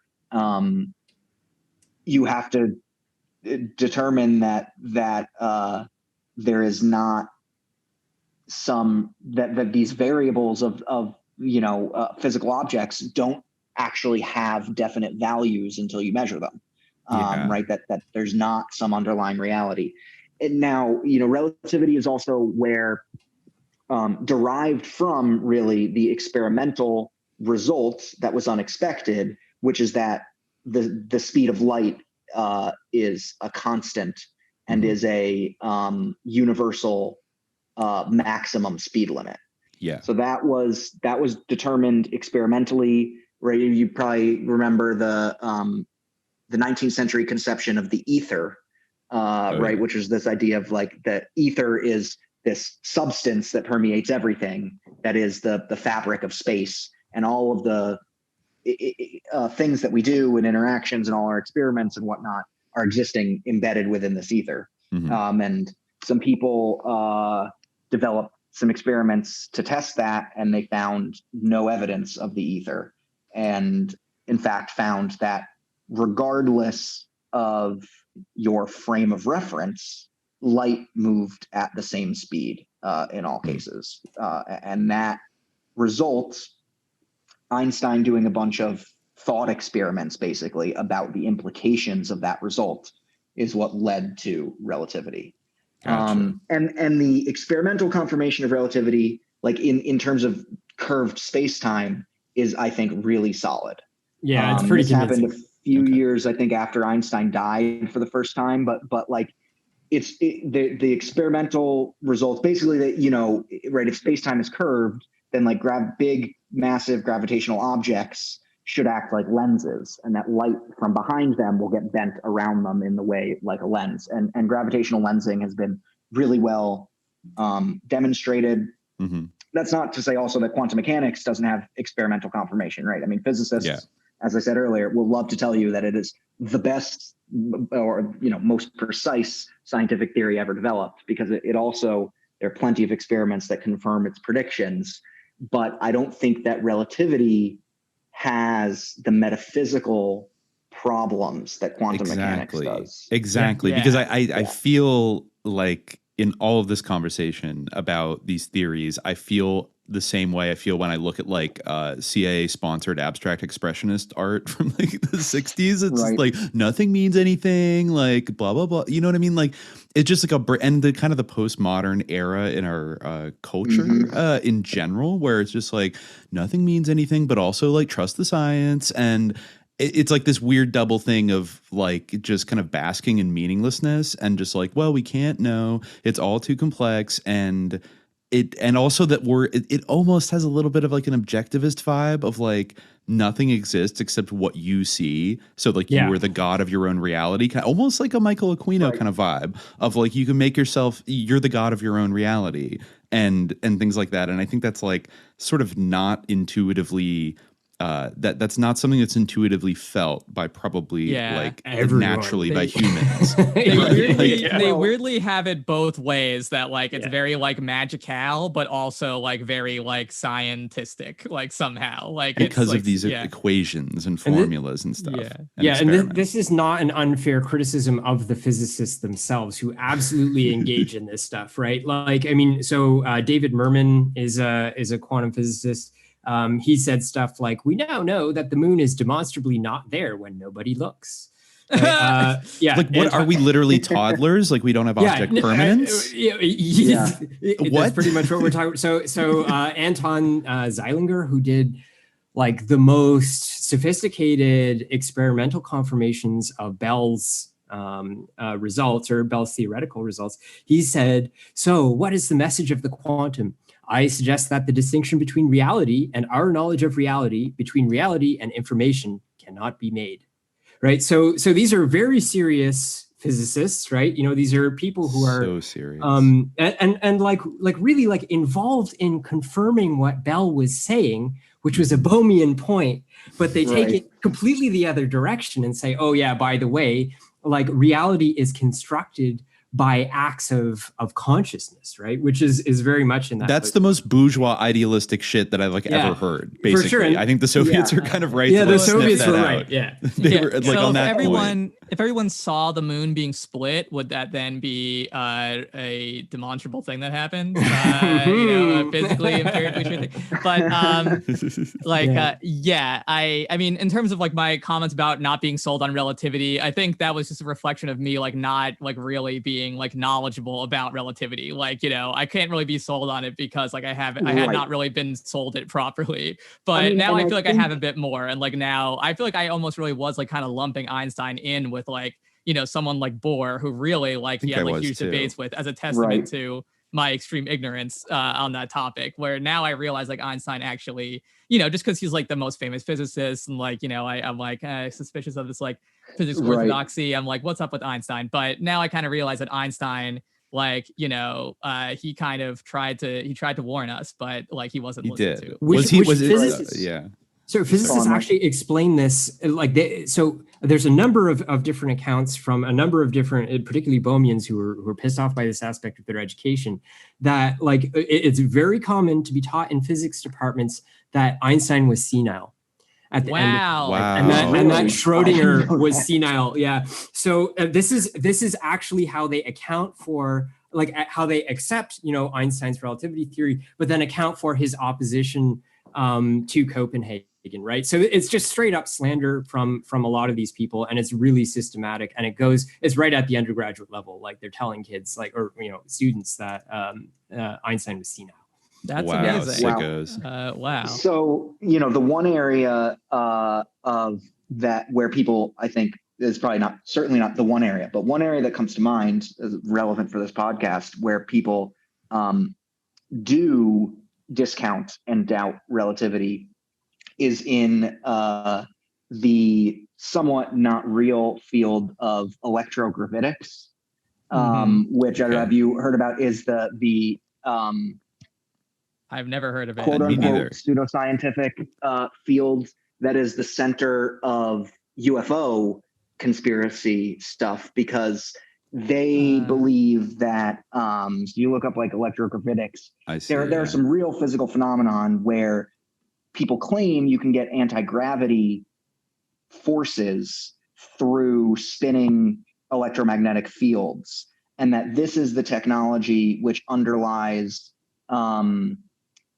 UFOs and UFO technology, and that it was discovered in the 40s or 50s, or maybe it was discovered by Nazis, and then it was realized that this would give unlimited energy. I think there's some debate which says, at the very least, that this is taken somewhat seriously, about whether or not you're able to develop a perpetual motion device with electrogravitics. There is a device that has been built. I don't remember the details of that puts out more energy than you put in. Are you referring to Brian De Palma's brother's invention, Bruce De Palma's? I forget what it was called. Part of it, right? Yes, I knew that this had come up on the podcast at some point. But right. Brian De Palma's brother is involved in these areas of research, and there's this book, Hunt for Zero Point or something like that, that talks about this. So under those theories, relativity is all wrong, and gravity is not curved space-time, or to the extent that it is curved space-time, it's not because of what relativity puts forward, which is just that matter and energy cause space-time to curve, but actually that it's this result of that gravitation is a pseudo force that is actually coming from spinning or moving electromagnetic forces. That sounds very much like, the aliens like curving space-time so they can get from one place to another, so like faster which is than like light. the wormhole this stuff. Seems right? like a Bob Lazar drawing. The entire idea of wormholes, right, comes from relativity, right? There are solutions to Einstein's field equations that suggest a wormhole, right? So that comes from the actual mathematical description. Yeah, like predicted black holes that we then found. Like he was like, there's black holes out there, and then we saw that there are black holes. I mean, maybe that was just people expecting to find them, and then they saw them, but no, yes. But, yeah, well, I mean, I think that, so that there are areas where relativity is not taken as seriously, but they're like, conspiratorial areas of, questionably pseudoscience. Yeah, I mean, now that I know that Einstein tried to shut down Bohr and to warn us about his perfidy of the Copenhagen deception, I'm more partial to him than I'm arguably Definitely. More sussed out by some kind of Bob Lazar, electrogravitic concept. Yes, right. Yeah. Justifiably. Yeah. Right, I trust more in Einstein than I do. And Bob Lazar. Yeah. I mean, they're both very eminent scientists, both incredibly important world historical figures. Well, I don't know. This Thomas Townsend Brown guy is kind of interesting. He was an American inventor who kind of is, coined the electrogravitics thing and the Byfield Brown effect, I guess, is what he called kind of the laws that he discovered that were, going into this UFO technology. Apparently he tried to sell this type of technology to, I think, General Motors, and he did work at the Glenn L. Martin company, which I think became Martin Marietta, which became Lockheed Martin eventually. And I think he claimed that basically all the major defense contractors had technology like this in the 1950s, and then in the 60s they locked it all down and classified it. And but again, I'm probably more inclined to believe like Einstein than this guy. But this guy does seem to have some kind of weird background and was very insistent that. But apparently the Air Force tested it and found nothing. So in the 90s, and it's totally. Nothing to see here. I mean, maybe there is nothing to see. I don't know. And looking up electrogravitics on Wikipedia, though, it did say at the top, not to be confused with gravito-electromagnetism, which seems like a slightly more legitimate thing, which is that's an actual phenomenon. Analogies between. It says a set of formal analogies between the equations for electromagnetism and relativistic gravitation. Right. So it's doesn't seem like it's fully established. It says the most common version, this is uncited, but it says the most common version of GEM is valid only from isolated sources and for slowly moving test particles. But it's basically the idea of comparability maybe between Einstein field equations for general relativity and Maxwell's field equations, which is, I guess, valid under certain conditions, like a lot of this stuff. I don't know, but before we go too far afield, there's one more thing that I just wanted to say about Bohmian mechanics that might not have been clear from our preceding discussion, is that Bohmian mechanics, in terms of its predictive accuracy, is fully equivalent to a Copenhagen calculations. Right. It's just a different interpretation, but it's a different metaphysical interpretation, and in addition, it explains some phenomena that Copenhagen does not. So from a strictly model comparison point of view, you would prefer to have a Bohmian mechanical view of the world, simply because it's more complete, right? You don't have this complete disjuncture ontologically where measurement collapses the wave function. That's not necessary at all, right? So if to remove that element actually just makes the theory simpler in some ways, even if you're adding positions to the wave function. Well, my understanding was that that the exception to that is quantum field theory, which is a relativistic quantum theory. Relativistic meaning, it's trying to merge with relativity, but specifically with the special theory of relativity, right? The thing about relativity that's been hard to integrate is the general theory of relativity. And that I was under the impression that people had not, or maybe this was the case for a long time, that there had not been developed a Bohmian mechanical counterpart to quantum field theory, which was able to meld quantum mechanics with special relativity. And quantum field theory is the particular, the type of quantum mechanics that physicists love to say is, the most precise theory ever. Yeah, that's what Karen Barad that was is all my about understanding. too. At least according to Bohmians, I mean, obviously I have no way of assessing the math here, but at least according to Bohmians, there are Bohmian articulations of quantum field QFT. theory. Yeah, so I think that makes sense. I mean, it would also make sense that just like, I mean, the development of quantum field theory, which then happened in like the 60s and the 70s, and like Richard Feynman was one of the big people in that, and he now, if you go and learn physics in college today, I mean, Feynman is like the god sort of modern physics. Everybody looks up to and loves Feynman. Yeah. And he also, little conspiracy tidbit, he served as a scientific advisor to the investigative committee exploring the Challenger explosion. Interesting.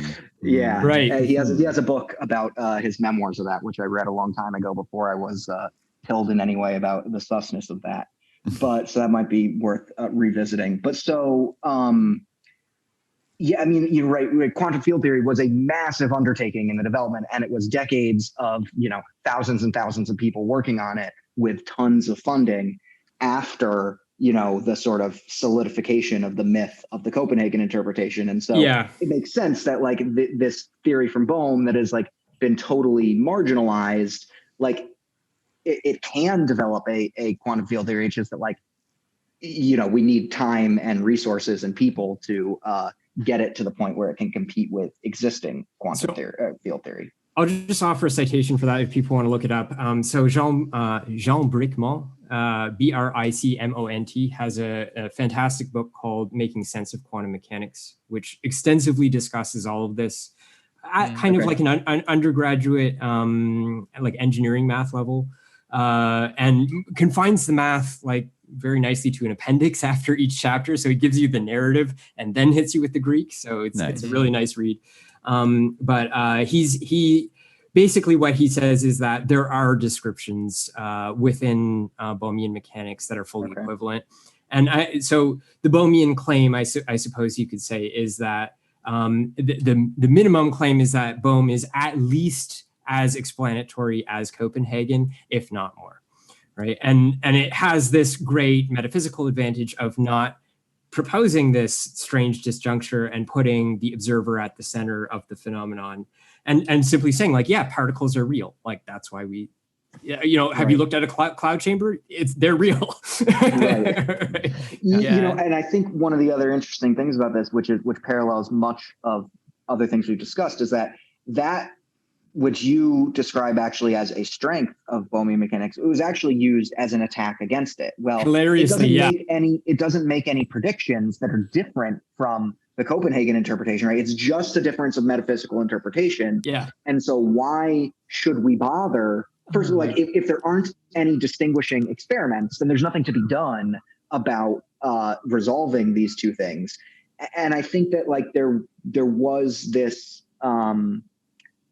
sense by then within physics that like that this was an advantage because we want, and this is part of like the logical positivism influence on all this, is like we want to strip our theories of all of their metaphysical assumptions and content. Wow. And doing science is building models that don't have this metaphysical context, right? Which obviously is just not true. And that's another thing, we didn't talk about it too much, but that Feyerabend paper really does a good job of assessing, is that like every theory, what and he even says this in the paper, right, is that like what a scientific theory is a set of metaphysical assumptions.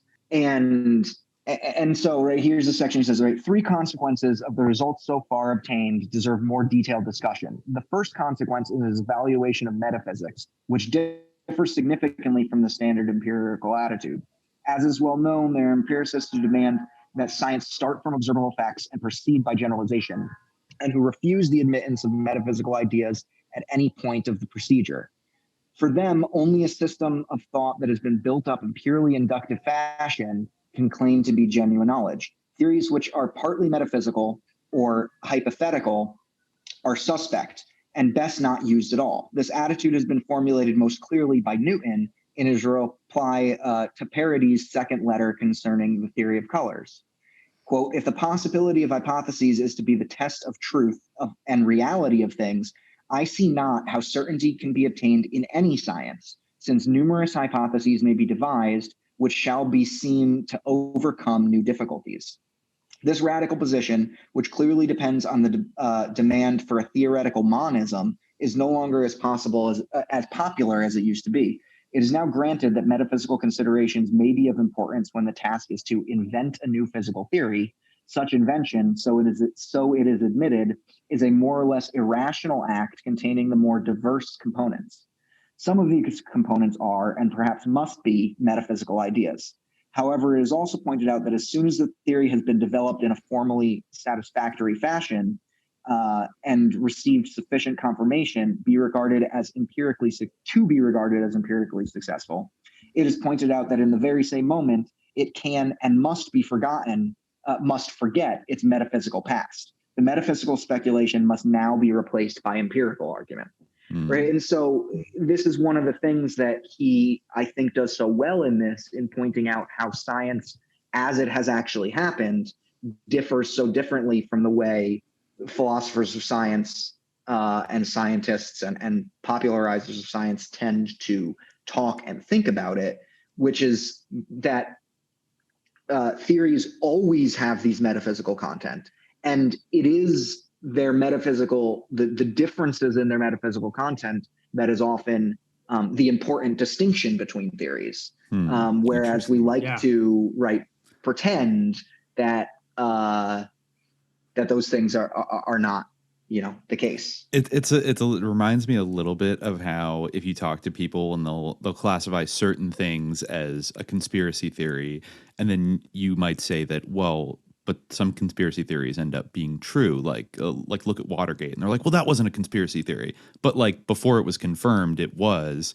And if you didn't use like a hermeneutic of suspicion to look into it and figure it out, it would never be confirmed. But then it ceases to be a conspiracy theory because it's proven now by like empirical backing, or it's validated by society, right? So I think that's an exact analogy almost, like there's a kind of like humorous definition of like how metaphysics is used in physics, where it just means a philosophical position that I don't hold.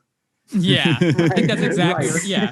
It's really like the idea, just what Jay mentioned, that like it, they would not consider Bohm's theory, even though it was equally explanatory, because they chose to prefer, like, they wanted the irreducible lawlessness, it's all random, the cats both at the same, or like, that even is a generation of like what they opted for. I think it was not even taking those contestations seriously because they don't have empirical content. Or because they don't make distinctions that can be empirically observed under the way that we understand it, right? And right. I like Feyerabend's, like, his sort of like encapsulation of, like, he says like a good empiricist must be a critical metaphysician. That's what. For sure. And I think, it's a very interesting idea. And I think like by far the most harmful aspect of this for me is the acceptance of the statistical nature of the wave function as like actually ontologically real. Like as a biologist, this is just, it's everywhere. It's very difficult to deal with. It completely legitimates people like Daniel Dennett saying that there's like, like a mathematical realm where, algorithms, genetic algorithms like actually exist, like numerically, right? Like the formulae are like in this other like Neo-Pythagorean realm. And it's like, well, he can say that because quantum physicists are saying that the wave function is the underlying reality and that it is the cause of actual physical events, right? And when you get down to like, what does randomness and spontaneity actually mean to people? Like somewhat more sophisticated people will say, well, it means that the wave function is the cause and that there's no other cause that's necessary, right? And so when you're in that mindset, as soon as you identify a function that fits your data, like as a scientist, your job is done. very convenient, right? Like I Yeah. have a stochastic model that fits my experimental observations. It's stochastic, quote unquote, right? It's random. The underlying probabilistic nature of reality need not be doubted because quantum mechanics has established it, right? And it's almost impossible to deal with if you're in a setting where someone will just say, well, that's metaphysics. Like, I'm not even going to think about it, right? Right. Yeah, there's this concept that you might maybe familiar with that's talked about in sciences when you have random processes or random observations like that, which is the difference between epistemic and aleatoric uncertainty. Yeah, right. Right. And so epistemic uncertainty is uncertainty that you have in your measurements, whatever you're making, due to a lack of knowledge. That there are, it's the whole idea of hidden variables, right? There is a variable that will tell me about why my measurement is varying, right? Imagine if you were trying to measure the height of everyone in the world, but you didn't know their age, right? You would be confused as to why, like, there are all these people who are like 1 foot tall, and then there are like all these people who are like, 6 feet tall. It's random. Like, well, how is this working? It's like, well, it's just random. Stop asking questions. Right? Like there is a hidden variable there that tells you about that, right? Whereas aleatoric uncertainty is uncertainty that is inherently part of the process, the physical phenomenal process that you're measuring. Right. And what the Copenhagen interpretation, the physical interpretation of the statistics of the wave function really does is like it kind of says that like all uncertainty is aleatoric uncertainty, or rather, right, everything is the way that. It makes this conflation, right? Because all of the physical processes are random, and as soon as we the non-randomness is just coming from the things that we know, right? Once we know and we make a measurement about the particular thing, well, it's no longer random. The wave function has collapsed, and this is the result. Yeah, Bohm emphasizes the measurability aspect. Like if we can't, it got to the point like we can't measure it, it doesn't exist, like literally almost. Like if we can't see the moon, like right now, it's not even there. Which is insane, right? Like it's I think, can we all agree? Insane. Yeah, definitely. Yeah, I've always been pro moon.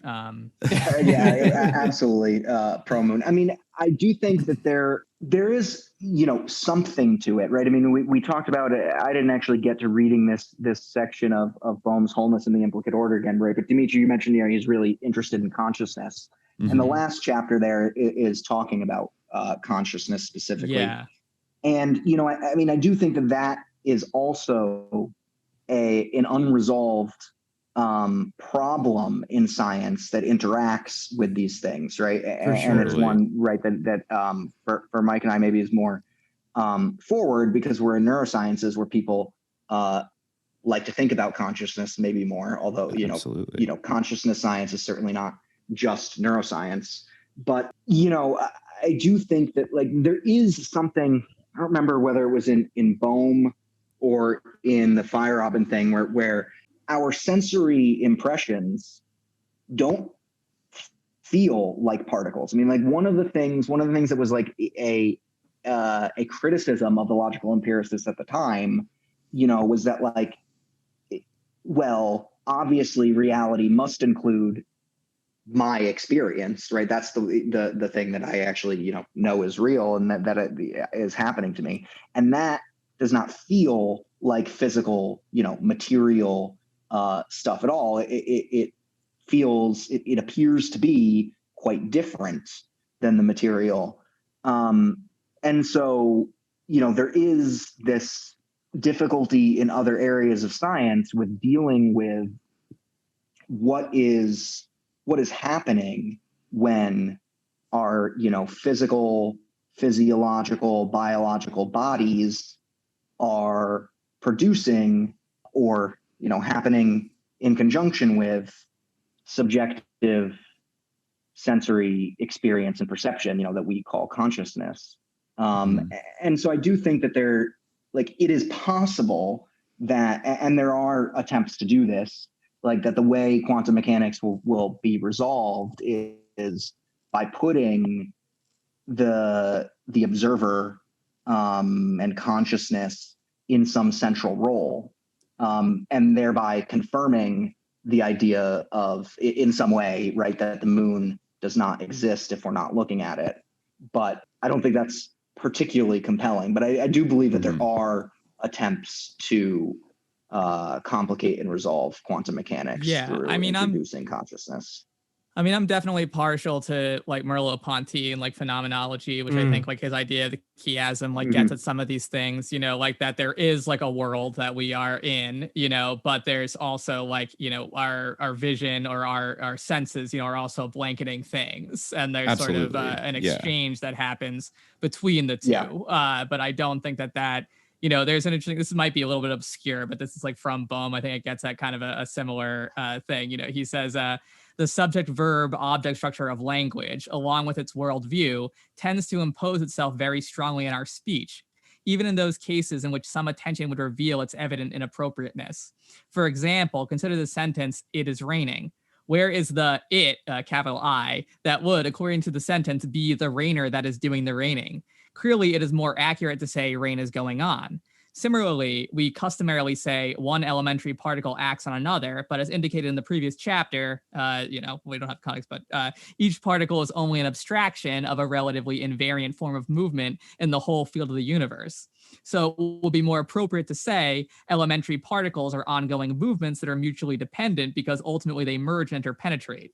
However, the same sort of description holds also on the large scale level. Thus, instead of saying an observer looks at an object, we can more appropriately say observation is going on in an undivided movement involving those abstractions customarily called the human being and the object he is looking at. You know, I find that to be another thing that's kind of interesting and sort of resonates with me in a certain way. Like, you know, it's kind of like, I mean, I think, you know, with his Krishnamurti stuff, he is kind of more into the unity of existence or the Wahet Wajud in the way that it's sometimes interpreted, meaning like all is one, you know, but really what that, but really what that means is like that there's only one thing that really does exist and everything else is sort of like, you know, at a lesser level of existence or sort of an interpretation of that thing, but there still is a reality, which is a wholeness or a oneness. I don't know, Mike, what your thoughts might on that be, but I feel like there's there. Yeah, for sure. I think there's a very interesting Bohmian kind of point that almost never gets brought up here, which is about superdeterminism. So normally when we're talking about determinism in quantum physics, like we're talking about a deterministic system, meaning that it's fully predictable from its initial state. If you know everything about its initial state, it means you can predict it infinitely into the future, right? So there's also superdeterminism, which means that the experimenter themselves does not have free will to choose the experimental apparatus and the setup, right? So if Bell gave an interview to the BBC in which he pointed out that his work indicates that the whole question of, you know, locality, non-locality, determinism, non-determinism disappears if you're willing to accept superdeterminism, which means that everything has always been determined from the beginning of time. It was always going to be this way. It was always known that it was going to be this way, at least by, you know, like God, right? In effect. So if you are willing to accept a fully deterministic universe that is fully known by God, there are no problems with non-locality and this kind of thing. And so, you know, quantum physics, at least in part, is trying to preserve free will for the experimenter, right? And trying to say that these correlations, you know, they don't have to be set up at the start of time. Of course, if you're familiar with Islamic theology at all, you're just saying like, yeah, well, okay, just resolve the problem. Like there's no, you know, there's no absolutely pure free will Like, God has always known that this was going to happen. He knew you were going to make these experimental choices. So like, what's the problem? Right. So I think that's a very interesting point, which is very rarely discussed because, at least in the West, like superdeterminism is anathema, right? Like the idea that the individual does not have like a completely unbounded range of choice available to them is unacceptable for most people. Yeah, I actually think so.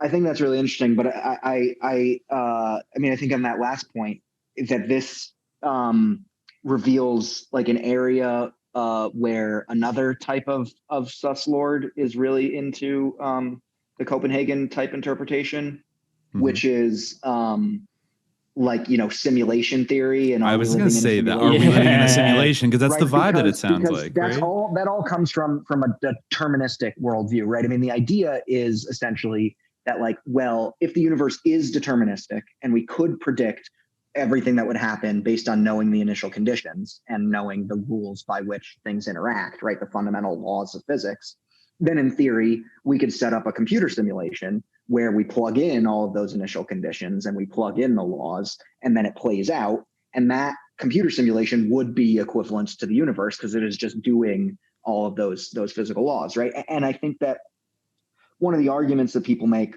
for, right, you may have seen people say, well, it's like more likely than not that we are living in a simulation, right? Because I think the logic goes that like, well, if you believe that is possible, that the universe is deterministic and you can play out a simulation like that, then, there is one possibility in which you're living in like the real universe, but then there are an infinite layer of further possibilities in which you're living in a simulation or a simulation within a simulation or so on and so forth. It's like it has to presuppose that we're the first sent sentient beings that could build such technology that ever existed, which is maybe unlikely. Right, it's like odds are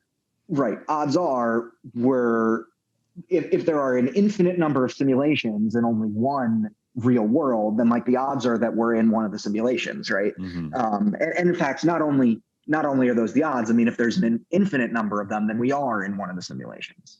I mean, I guess I'm kind of like, I mean, when I think about simulation theory, it always has the trappings of like sci-fi shit, which like, I don't know, like, I feel like in terms of like a simulation in the sense of like a lesser level of reality, like that is a similitude in some way, like then I think like, that's definitely true. And that's like a very fundamental idea. Like even, to go aside from, Islamic ontology or epistemology, like, the idea of like the divine play of the gods, the lila in Hinduism, right? Like that's the same idea. You could plug almost most religions into that kind of framework, right? As like so that's who the gods are. They're the person that built the simulation. Well, but then it's like, oh yeah, they're AI beings, and like I talk to them, and I'm Leslie Kean, so that's like where I get like the problem, But like if it's like just the idea that like there is a real. And like, this, like, I myself, is less real or a mediation of the fundamental real, then like, but that's not the same to me as like, we're all in a video game, like we're all in the metaverse. Like, well, I mean, the people always take it that way, but I think you almost could think, because it's almost like, what is the functional difference to us and our experience of reality? Because like Neil deGrasse Tyson will be like, the simulation, definitely, we're most likely in it, but then he'll be like, excuse me, everyone, like actually, like Ramadan starts at this time, like you religious fools, like, or what, so it's like weird that like they kind of make a distinction, like, and don't see the parity between them, like that's the thing. I think they're branched off on a different path of like worshiping science sort of as a secular religion and kind of thing, and I think it ends up in weird places that are weirder than the older religious traditions that have existed, strangely enough, because they're trying to act like they're totally separate from that type of ontologizing, like they're just about the empirical facts, and so I don't know, it has to be some kind of computer game because that's the only thing we could empirically fathom. I don't know. I should probably add, like, I don't want to imply that Islamic theology is like purely deterministic. No, that's true. Been rejected like, as Jabberism, right? Like this is not. There's obviously free will, to a point, but it's a very subtle thing. That's cusp, that's the most subtle Ash'ari concept, God creates our actions, but we acquire them, Yeah. And if we think about like possible existence, right? Like if there's a possibility that something could be this or could be that, then, like the difference is that in traditional Islamic theology, we would say the Furqan, the deciding factor is the will of God. And Copenhagen is coming in and saying it's the wave function. Right, the wave function decides, right? And it's well, but don't you need this just like a mathematical abstraction, right? Like, anyway, like how can it have agency, right? Like how can is it looking at a lookup table? Like who wrote the lookup table, right? Like there's got to be an agent in here somewhere, right? So anyway. I did think that was like a valid, and there always is like, even, we're talking about like the difference between the individual and like God, I can already hear our listeners being like, if everything's deterministic, there's no point in being a Marxist, like, they're psyoping us, or something like that. But, I think even, in traditional Islamic theology, it seems to me like, the way to God is through like one's own heart in a way. Like we have, the God within us that we can access, so there is like, in the same way, like of a simulation, we are in a way a mediation that is, different. Like God is not like, so he doesn't inhere in creation in any way, but like we, do have a connection to him. Right. We can say we participate in his will in some way that's very difficult to understand. I would just throw in to kind of piggyback of what was said earlier about the controversy over like the observer kind of influence, or the observer not having free will because everything is like predetermined by waveforms or something. I think you could even see without even going into religious territory, you can almost see like a kind of critical Marxist read on that, where the observer in a variety of subtle kind of factors, given the institution they're working for, who's funding their research, and I'm not saying every like all scientific research is like funded by Nazis or the CIA or something, but you know what I mean. The more subtle influences, like Heisenberg working for the Nazis for patriotic reasons to maybe develop an atom bomb and things like that. We can't always like separate these kind of so a scientist, I think this is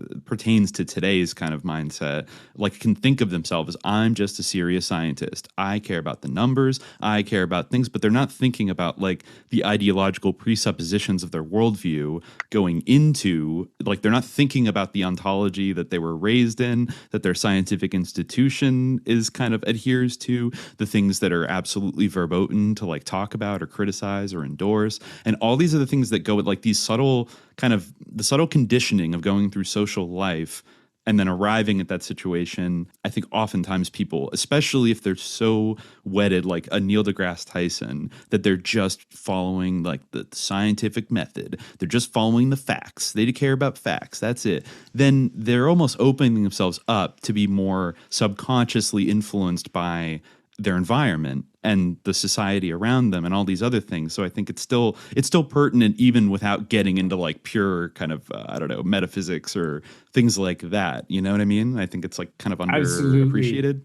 Absolutely. I mean, I think that's one of the most obvious problems with a lot of scientists is there's no reflexivity, right? And it's particularly noticeable in biologists who understand everything in these terms, right? That you're, of course, you're a biological creature. You are conditioned by all of these things that are totally out of your control. But they never kind of ask themselves, well, like, why am I advancing this theory, right? Like, what function does it serve for me that I might not even be aware of because of, evolutionary pressure or whatever? Like, that's very rare, right? So reflexivity is incredibly important. I think that's something that Feyerabend really cultivates in people who read him. So.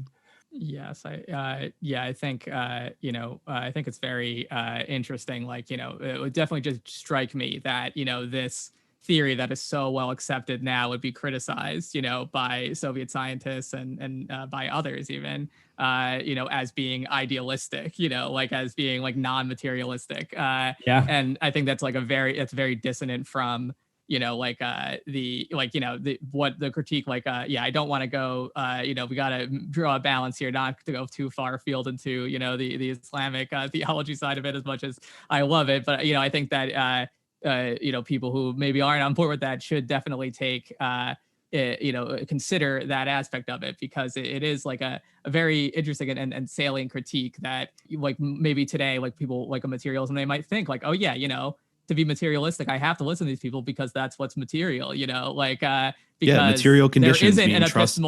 epistemological Fauci. challenge because there is no Soviet Union. There aren't there isn't like epistemic autonomy in the Muslim world, there isn't a communist polity that has epistemic autonomy. So all the epistemic authorities invested in these people, they're determining what the materia are. And then you're like, I need to be a materialist, like as an American Marxist or something. Yeah. And so then you're like, okay, well, that's it. Quantum field theory. And as we've covered, like the Soviets, I mean, unless you want to say that everything they ever showed to like Western journalists was a total psyop, they seem to be pretty into various like parapsychological, panpsychic kind of out there phenomenon where as materialists, we're willing to investigate it.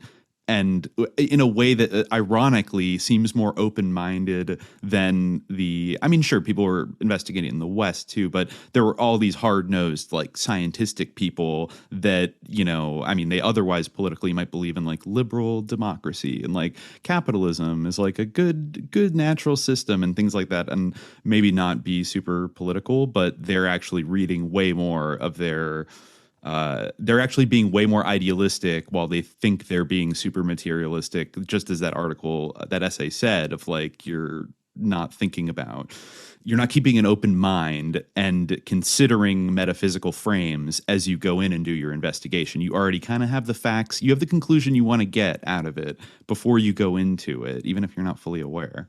If you don't use this nasty stuff, don't start. But if you're hopelessly addicted, I guess you got to find something good to say about a bad habit. Well, hey, let's try. Here we go. Copenhagen makes me feel so good. Copenhagen, the way I know it should. Well, I put a little chew in my mouth, go spitting, slobbering all around the house. That Copenhagen makes me feel so good. Well, I took a chew just the other night and it made me feel just fine. So I grabbed my honey baby and I pinched her old behind. She said, you better spit out that chewing tobacco if you want to kiss me on the big old smacker. That Copenhagen makes me feel so good. Copenhagen makes me feel so good. Copenhagen, the way I know it should. Well, I put a little chew in my mouth, go hacking and gagging all around the house. That Copenhagen makes me feel so good. Oh, yeah.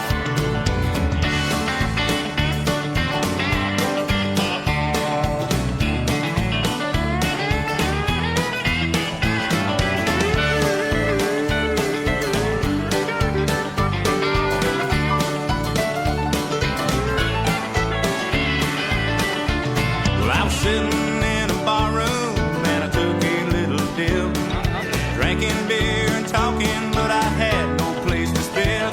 So I spit a stream out on the floor and the bouncer flung me out the door. That Copenhagen, it makes me feel so good. Copenhagen makes me feel so good. Copenhagen, the way I know it should. I put a little chew in my mouth, go spitting and slobbering all around the house. That Copenhagen makes me feel so good. Well, it's a cure-all too. Cures fits, warts, freckles, Coughs, colds, runny nose. guarantees not to rip, run, or snag. Makes conception a wonder. A childbirth of pleasure. That's Copenhagen. It makes me feel so good. How about you? We're back, and I guess there's a couple more things before we close out. There's a couple things that you guys wanted to address or cover. Yeah, well, I mean, I guess the first thing, right, is reminded by that whole conversation we just had about this tweet response from Norm Macdonald to Neil deGrasse Tyson, where, Tyson says, the universe is blind to our sorrows and indifferent to our pains. Have a nice day. And Norm quote tweets him and goes, Neil, there's a flaw, there's a logical flaw in your little aphorism that seems quite telling. Since you and I are part of the universe, then we would also be indifferent and uncaring. Perhaps you forgot, Neil, that we are not superior to the universe, but merely a fraction of it. Nice day indeed. Yeah, I mean, I feel like that's like basic Saganism, but it's always like goes out the window. I mean, he's supposed to be the heir to Carl Sagan, and like, not that I think Carl Sagan is amazing. I'm actually like not down with him on them for the most part, but I definitely would take him over Neil deGrasse Tyson. I think. Yeah, the gifted child. Who talked all about the reptilian brain. Right. Yeah. I mean, I just think it that kind, right, and Tyson as the heir to Carl Sagan, right, had become the public face of science, right, in many ways, and we made Cosmos with him and stuff, right, and so I think that his, as Norm calls them, little aphorisms have cultural impact, and he says that not just flippantly as a random tweet, but because that is part of the broader worldview that he's communicating. And it really is one that that separates us from the universe, right? Yeah, as I kind of alluded to before, he's famous among Muslims. Like his Twitter presence is famous among Muslims for his couple Ramadans ago. He was like, I read the Quran and it says actually, darkness. So darkness really happens around this time. So you actually can break your fast, and it's like, Neil, it's in Arabic. Like what you're reading is not like what you do. Like it's just like this incredible. Yeah, I mean, as Mike said earlier, like incredible hubris. Like to think, like, are you out of your mind? Like, but this is the kind of stuff that people right.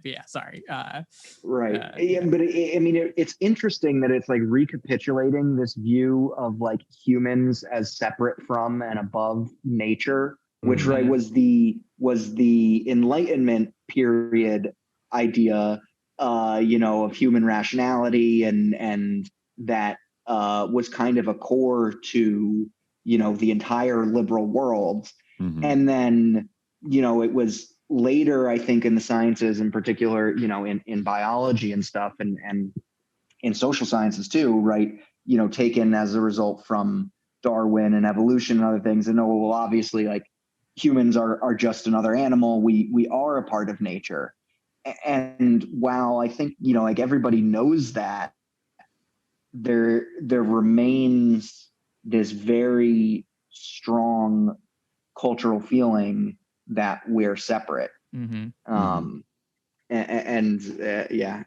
really hits that one pretty it's interesting hard. Like I feel like that even predates like Darwinism in a way, because you're right, it is like it was a very strong culture shock at the time. Like I always emphasize that when I'm teaching the 19th century, like to my students, I would say like you really cannot imagine what like a big deal it was to comprehend this. And we've talked about on the show how like the idea of evolution, like people didn't really quite get it, like they thought like, oh well, if I focus really hard, like I can become a gray or something, like my kids will be grays if I really focus on it, and the idea of like evolution that we have now is like even different from what Darwin thought. But I feel like the idea of like the world as being brute matter, that has like no value, that is is subject to humanity, like rather than something that we're custodians of or something, or that is that we're part of, or that is in some way imbued with a numinous power like that. It's very much like sort of the that you can go like to Locke or something. It's an even older kind of Enlightenment idea that I think still really lives in the sciences. Since the so-called like a scientific revolution. When we came out of the it's even more hostile. Like the Enlightenment idea gives honor to human reason, right? Whereas this kind of like more modern thing is like, well, human cognitive activity is just kind of this froth on the material substrate that really doesn't matter. Like it doesn't matter. Sloppy disk. Yeah, right. Like it NDT's idea like is that, like your feelings don't matter, right? Like they're this froth. Right. That is really don't care about exactly. As Neil deGrasse Tyson would say, facts don't care about your feelings. Yeah. I mean, it reminds me of like something Carl Sagan would often say, like, to sort of refute like an idea of theism. Like, I think, Neil deGrasse Tyson might have like recapitulated this argument at some point. It's like, the universe is trying to kill us. It's deadly. It's like, well, we're here. Like, so the universe, by your framework, like, the universe is trying to kill us, like, and why is it failing? Well, like, it's failed you know, it's just like these massively. insane things. But yeah, What he's is like a the science sentience popularizer, you know, like, I mean, it's obviously, if it were trying to kill us, like, it could. So if it's trying to do anything, it's trying not to kill us. It's trying to keep us here. You know, it shows you how slippery like the language can be around these things, because it's just so casual to say the universe is trying to kill us, but that's like a staggering kind of ontological leap, especially for somebody like him who thinks that everything's just like brute matter and like nothing matters. But so then why is he invoking a kind of a, you know, like a linguistic metaphor of like it having sense? It's kind of like the faceless maw of capitalism thing. It's interesting how somebody like, you think he would assiduously avoid using that type of language, but there he is doing it. And so I don't know. I just, it kind of betrays its own like hyper commitment to the facts a little bit. He's the one who gets really excited about the idea of like an asteroid hitting Earth, right? Like he's always writing about this. Okay. So clearly something going on there. Yeah, I saw something about it, like him talking about simulation theory. I mentioned it just a little while ago. You know, he was, he seemed like really, really jazzed up about that too. It's like, like, all right. Yeah. I mean, sorry, go ahead. Go on. You go. I was going to say, you know, the simulation theory is so popular these days, and it obviously has a lot of synergies with the sort of broader Silicon Valley mindset. And so, you know, you can imagine the incentives for guys like this who are, you know, been promoted and sort of advanced in their careers by, you know, kind of going with the flow on these things. And that's part of the because he gives these, you know, convenient, ideologically and politically convenient interpretations of quote unquote the science is, you know, partly how he got to the position he is in his career. So, you know, you can imagine him kind of reading the tea leaves on those situations, even if it's not, you know, cynically, like I might be, you know, maybe completely naively or not even aware that he's doing that. But, you know, I think that's partly why someone like him gets so hyped up on simulation theory. Yeah. And I guess maybe I think maybe the last thing you wanted to bring up was kind of talking a little more about the many worlds interpretation and Everett, who I guess wasn't he the kind of main champion of that? Yeah, exactly. So Hugh Everett is the guy who advances the many worlds theory. And just basically what he's doing there is saying there's no wave function collapse. All possibilities are always realized in separate universes, right? So you observe a particle in one location, while there are like infinitely many yous that are seeing the particle everywhere else with the appropriate densities in the wave function, right? And so every event involves this proliferation of universes. So this is like, I think by far the weakest alternative to Copenhagen, and leads directly to a bunch of mathematical problems where like quantum probabilities actually don't work out if you have like for every logical possibility, a separate universe in which that's realized, then you just don't get the right quantities from your statistical description of the system. So it's a little bit odd that this is so well known, right? And so Everett is kind of an interesting guy in that actually before he completed his PhD, he was already a defense contractor. And so he goes on to become one of the very early kind of statistical consultants par excellence to the US military and the US government in general.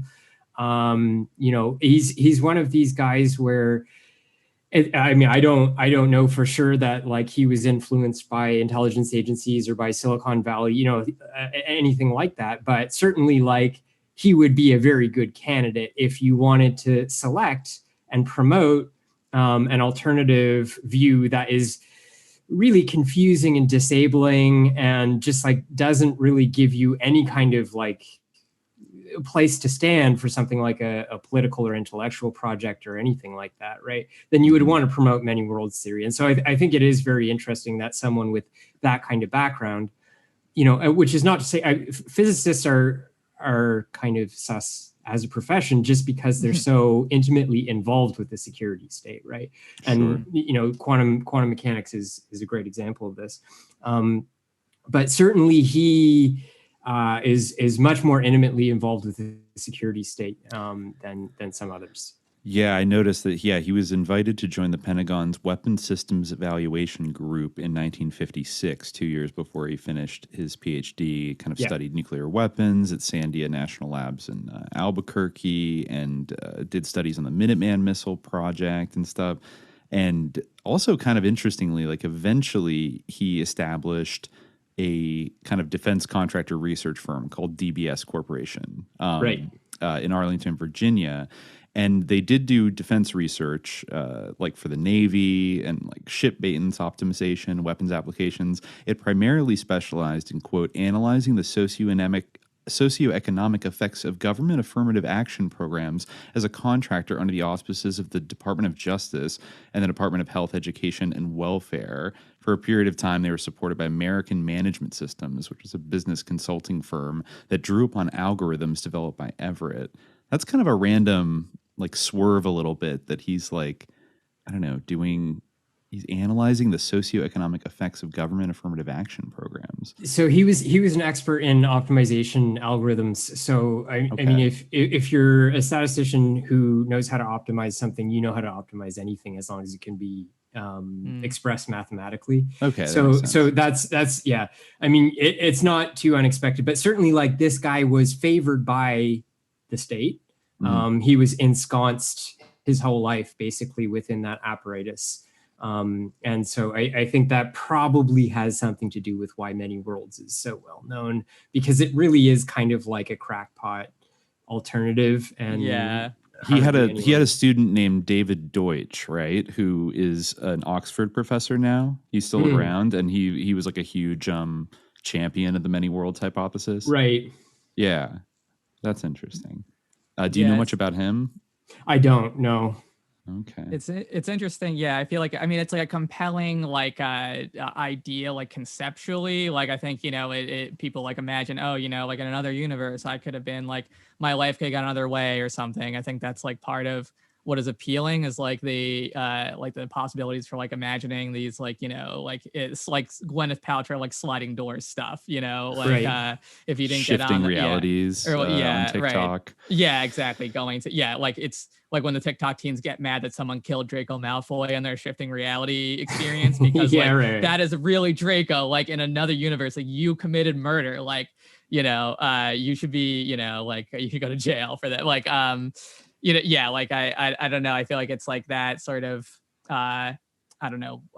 conceptual thing, but yeah, like, I mean, that's like basically the extent of like its appeal, I would say. Like, and it's interesting that is such like a powerful fictional trope now, like in the movie Sliding Doors or in Star Trek or like Marvel is a big part of this, right? Because now they have the whole the Marvel the whole Infinity War thing was about like shifting reality, so all the Avengers didn't die or something. Oops, spoiler alert. You ruined it. Yeah, sorry. Like, really? The Avengers didn't die? They didn't all horribly die? But I think that I don't know. But it's interesting that like in the past that wasn't like really a big theme in fiction. Like you definitely have fiction about like going to space, going under the ocean, like and things like that. But the idea of like going to another world where like the different things happened, like even if I could venture a guess, this almost sounds like a lot of other things I don't know we talked about before with like technologies that have come out of Silicon Valley and how they sort of end up serving a sort of dual use purpose or a different purpose than the thing that they're kind of advertised for. And it almost sounds like, acclimating people, kind of venturing like on a limb here, but the people, the promotion of the Many Worlds or the multiverse kind of ontology is almost the kind of thing that would like prepare people to like live in the metaverse with like AR goggles strapped on their face like 24/7 and like I can just shift realities and be a new avatar and stuff. And like that's kind of like their if they do have like a dark fantasy of like the world they really want to build, it's like Bezos's like orbital O'Neill spheres like in, you know, low Earth orbit, and then like rich safari groups like traipsing around the world like it's Yellowstone National Park, and then everyone living in pods where they're like strapped up to VR and get to live like they get to shift realities like literally, but it's like a fake reality that they're shifting in. And I don't know, it just kind of feels like the things like Neil deGrasse Tyson being such like a weird like scientistic like nihilist or something, that all these people kind of see it as, I don't know, there's something compatible and like comfortable about this idea of like shifting realities, more so in the technology they could create in the near future to sort of impose that framework on us, impose that experiential reality on us, but not necessarily that's like what capital R reality really is. Right. Yeah. Like Zuckerberg wants to be like the god in the simulation theory. Like he's getting ready to like, I think that's part of why that's so popular, is because they'd like to build a simulation like that, like in, you know, sometime in the future. That would be wonderful for them, because then they can be like kind of sus AI gods in a sort of indirect way. Exactly. Like, it's like, it'll be like the Matrix, but instead of like machines like controlling us, it'll be like other human beings, like, you know, and we don't even know. Like horrifying thought. Horrifying thought. No wonder they wish that were real. Yeah. I mean, you know, I think that in that sense, you know, all this metaverse stuff, you know, you don't need any of the quantum mechanics or reality shifting or anything for kind of what you just said in the metaverse, for the way as you know, augmented and virtual reality become more and more integrated, and as generations grow up always knowing those things, it's going to be harder and harder for people to distinguish between what are the augmented and virtual parts of reality and what is reality, quote unquote real. And and nothing's actually real, as we know. So like, well, this is a section that Bohm talks about in his book somewhere, where, you know, he talks about how the very first thought that could have possibly existed is the thought of difference or distinction between what are the elements in the mind and what are the elements in the world. And the original dialectic, the Hegelian dialect. I do find myself a bit like irresistibly reminded of something. I can't quite put my finger on it. I don't know, but. Distinguishing the world from you know, some kind of like rational intellect, like I don't know, but anyway, what could that be? I think the Quran and dialectical materialism are both being validated in that quote. I mean, I do think that's true, right? And so it's like, as virtual and augmented reality get built out, and you know, there are a small number of humans who are in control of like how that virtual reality plays out and what kinds of associations are made on there and how are pieces of information displayed to people and put into people's awarenesses. It's like it really does, without any of the like super science fiction-y kind of things, turn someone like Zuckerberg into this sus AI god, right? You know, even in a very banal kind of way. A sus AI demiurge, perhaps. Yeah, demiurge is a more appropriate. So just on the many worlds thing, I mean, I see here, this is just from Everett's Wikipedia page, but it says, right, in 1970, Bryce DeWitt wrote an article for Physics Today on Everett's relative state theory, which evoked a number of letters from physicists. These letters and DeWitt's responses to the technical objections raised were also published. Meanwhile, DeWitt, who had corresponded with Everett on many worlds' relative state interpretation, when originally published in 1957, started editing an anthology on the many worlds interpretation of quantum mechanics. In addition to the original articles by Everett and Wheeler, the anthology was dominated by the inclusion of Everett's 1956 paper, Theory of a Universal Wave Function, which had never been published before. The book was published in late 1973, sold out completely, and it was not long before an article on Everett's work appeared in the science fiction magazine Analog. And so that you can see where this the pipeline into what the pipeline is. Now, I don't know. I briefly looked up a little bit about DeWitt, who mostly seems like a physicist. Was at, I think, UT Austin for most of his career. Yeah, and at UNC Chapel Hill as well. Either, right? But like you can see where that pipeline comes from, that all of a sudden starts to popularize Everett's view. And I mean, Mike, to what you said, it is odd that such a marginal and incoherent in many ways interpretation is like the most well-known and popularized version, and Bohm's interpretation is like equally marginal, but is theoretically better, both from an empirical point of view, and that it matches all of the empirical predictions of, I mean, I guess Everett probably does too, because it's just like we're just in the one universe. There are some problems. So there are, okay. But also just, I mean, it has all of the metaphysical advantages. Yeah. That is like completely sidelined. And obviously the difference in the career of Everett, who was a defense contractor and was successful, and Bohm, who was exiled and marginalized and ridiculed, matters here. But it is just a little bit strange, the disparity between those things. And when you see that their relative political alignment, it's like, oh, well, that makes sense then. Right? Yeah, the phrase actually that I got from Subliminal Jihad that I like a lot is ontological operations. I think that's fantastic. It's a very Feyerabend'ian phrase, and I think if we are on the lookout for Ont-Ops, might be something going on here. But I think that's a great. I was just gonna say, like, to what extent, putting aside the actual like theories itself, like to what extent is the popularization of this framework like an ontological lubricant to sort of build a version of that in reality. It's like it's setting the stage to like get people thinking, and then you have like all these like right-wing sci-fi authors that are also like digging deep into it, and then they're building the metaverse. And actually, I think even the founder of the creator of the first AR technology just had like an op-ed recently, like speaking out against the metaverse, and like this is a disaster, that like basically this is going to be a disaster for the human race if like this thing like comes to fruition. And he created the Air Force Research Laboratory in the early 90s. And then the other guy who I think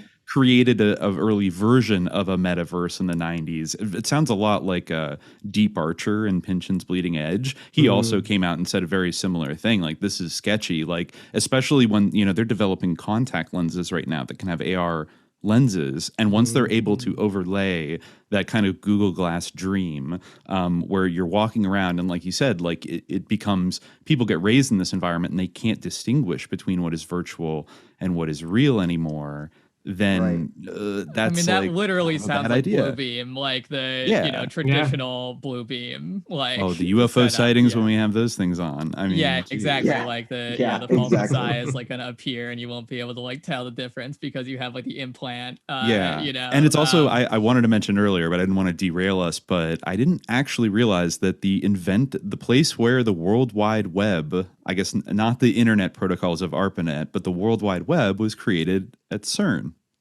I did not realize that. I mean, by Tim Berners-Lee was working at CERN, and they actually built the kind of internet infrastructure that became like the World Wide Web that consumers and individuals basically, and that kind of merged with the sort of, the TCP/IP protocols and all the ARPANET stuff that was developed in the US. And then when those two things kind of combined, then the internet was rolled out in the 90s. And here we are today talking about the metaverse psyoping everybody.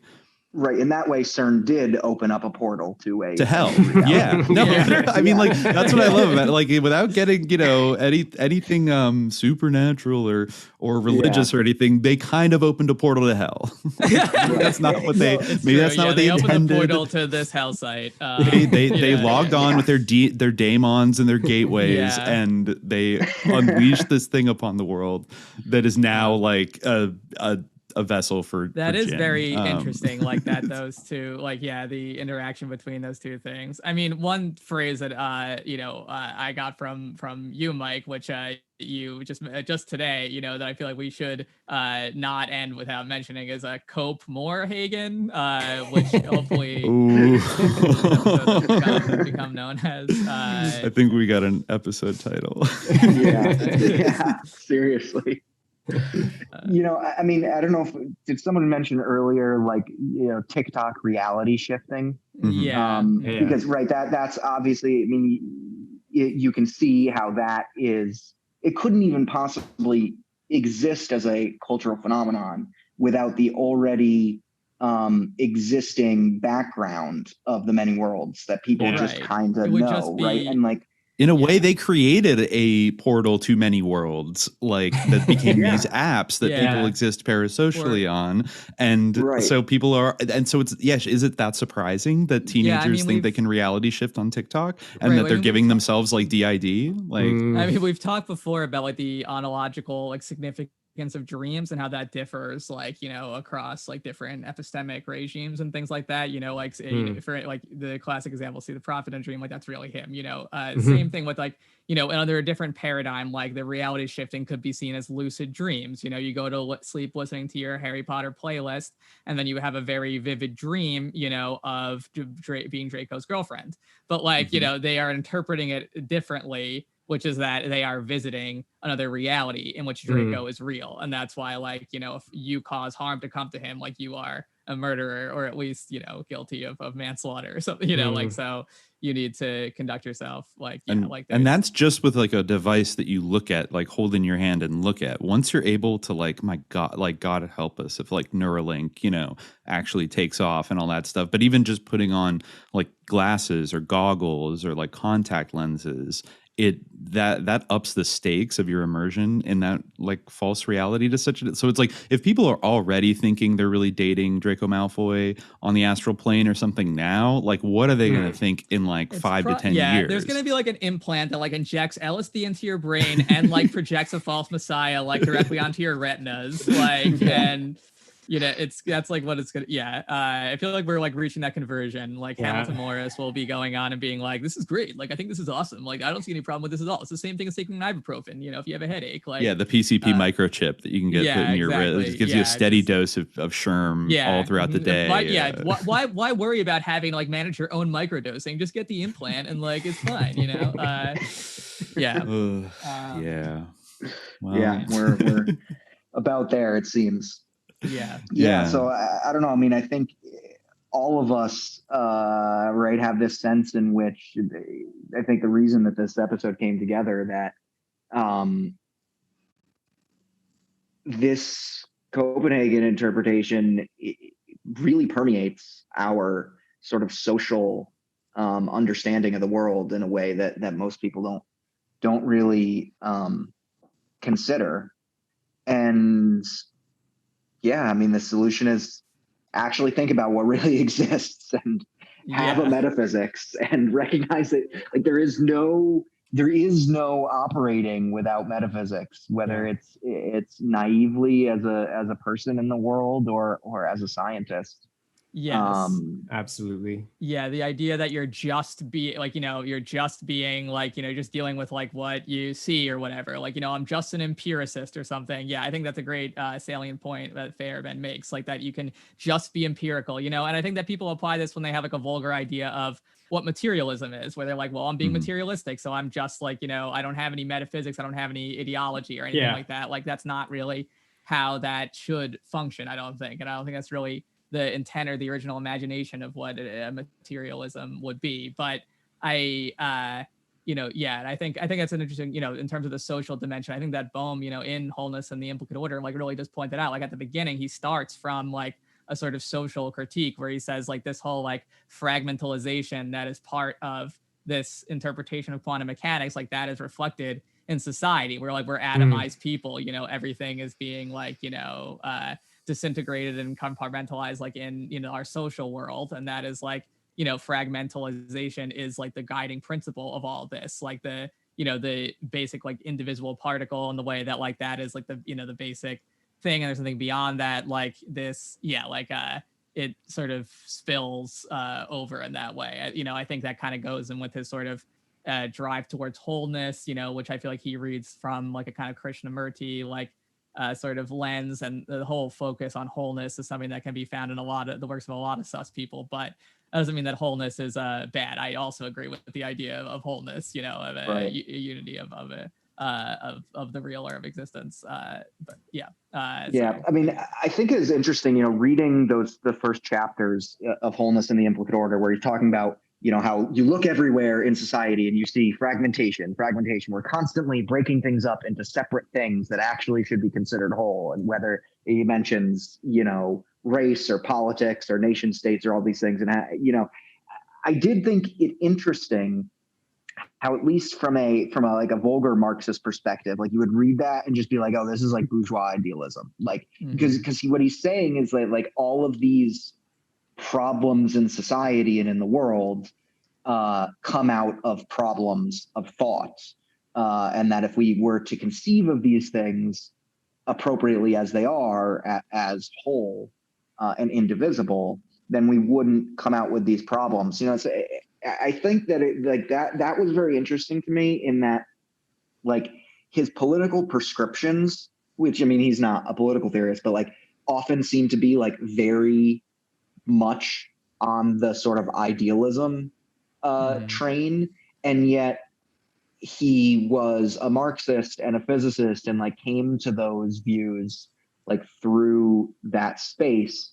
It did seem like a sort of interesting contradiction to a bit, but I mean, I think he was a person who was hyper focused on his own thought and as thought as how and why does thought exist, right? I mean, someone who's a theoretical physicist is obviously going to be, spending a lot of time in their head. I mean, that's a phenomenon I feel like we've described before as like professor brain. And I feel like some of us here may also like be like prone to that, but I think you can definitely, I do agree that there is like a vulgarity to it. Like, I don't think it's fair to say that Marx didn't have any symptoms of professor brain himself, even though like Stirner's were far worse, and I think that, I think there is a little bit of a vulgarity and kind of like, I think that they do affect each other. Like, it would be wrong to say that everything is a reflection from the world of thought and all politics follow ideas. Like, obviously, like there are things that affect ideas. Like there's a feedback like loop that happens, but I do think that it goes both ways. The social situation affects people's ideas and what's thinkable, as we've talked about in this very episode. Like the horizons of epistemology are determined by the social circumstances, like what people will be like, that's wrong, the Bohm's just wrong, like that's an aspect of the society affecting ideas. And obviously you can see also how ideas do affect society, in that same dynamic. I think, one of Feyerabend's points really goes to this, when he's talking about democracy and metaphysics, and he has this idea that he calls open exchange. And that's what like an actual scientific metaphysical dialogue would look like, where everyone comes and they put their cards on the table and they say, here are my metaphysics, here are my justifications, let's look at yours. I want to, like, in good faith, enter into your metaphysics and see what's so appealing about this, and then compare them, right? And I think this is something that definitely Marxists could benefit from doing more consciously. Maybe some are already doing this, but to really say like, okay, I think I have this dialectical view, you have a more mechanical view. Let's see what the difference is here. Like, let's play this out and just run these two metaphysical systems next to each other and see what the implications are for our beliefs and for, Absolutely. So I think that kind of open exchange is really something that we ought to be prioritizing, especially in this environment. Yeah, I mean, I strongly agree with that. I think that's like really something that's like foundational almost to like the Subliminal Jihad podcast enterprise. Like even going back to like our very first episode, both between like Dimitri and myself, who like are not identical people and don't have like the exact same orientation towards things, even though we agree on much. But also like, when we say like that, we don't like, agree that Baphomet is good or whatever, like that's our position, like we're putting out there, but like that's in an invitation for like the people who think Baphomet is good to like explain why. By all like, means, you know, like, but you can't just say like, fuck you, Baphomet's good. Like, how dare you? Like, you know, you have to tell me why Baphomet's good. Like, come on, let's have it out. You know, like I'll tell you why I think that Allah subhanahu wa ta'ala is good, and you can tell me why Satan's good. I think that sounds like more, and what everything you just said, Mike, sounds more like authentically scientific socialism, in the sense of, you know, like ruthless examination, not even necessarily critique, but sometimes, but, you know, ruthless examination of all that exists, and not just kind of reflexively writing it up. Because I do think, you know, falling into too rigid of a dogma can be problematic and counterproductive at certain times, you know? And I think you have to like, I think people like, I think people who self-identify as Marxists should, like, you know, keep your cool, stand your ground, but also you can listen, because if you're a Marxist, you can kind of like zoom out a little bit and then see, okay, well, let's look at the things that, like, you know, dialectically sort of clashed and eventually like produced this thing. Like, let's dig deeper into it. And I don't know, like, I just think that I feel like I've gotten a lot from, like, you know, parsing out maybe, like Khalid and I having like slightly different ontological frameworks sometimes, but being able to find certain points of agreement and certain points of contrast, and like refining, I don't know, it feels like we're kind of refining both of our thoughts in the process. Absolutely. Yeah. No, there's a quote from the Hagakure, which is like, you know, the samurai ethics manual. That is something like, when someone is firm on their own path, then exposure to other paths can't help but like increase them in firmness by like these challenges, right? Like, and you need to respond to them and to adapt and to take other people's metaphysics and graft it onto your own, because sometimes chunks of that will work better than whatever you have. Totally. You know? And if you're interested in persuading large numbers of people, which I feel like every like Marxist would hope to do at the end of the day, then you have to know how you're like just how your arguments play to people that are coming from different standpoints. I'm not saying like go out and befriend a Nazi and like explain to him why Marx is cool or something like that. But you know what I mean? Just like people you come across in life. And I think, you know, like people that maybe are like very smart, serious scientists, but that maybe they've never thought about the Copemorehagen deception before. They never thought about like what the ontological origins of things that they just take for granted. I get this when I interact with liberals all the time, just about everything. You know, like, well, what do you mean? Like the CIA is like a criminal organization? Well, yeah, I know they did bad things, but like they're not. And it's like, oh boy, like, you know, well, but like George H.W. Bush, no, he was like pretty decent president. It's like, okay, like, you know, sometimes, and it's like, but I immediately could be like, fuck you, like, you know, and just like kind of like yell at them, like. But that's not, you know, like that. Then you're just like, I don't know, like RevCom people or something. Like it's not.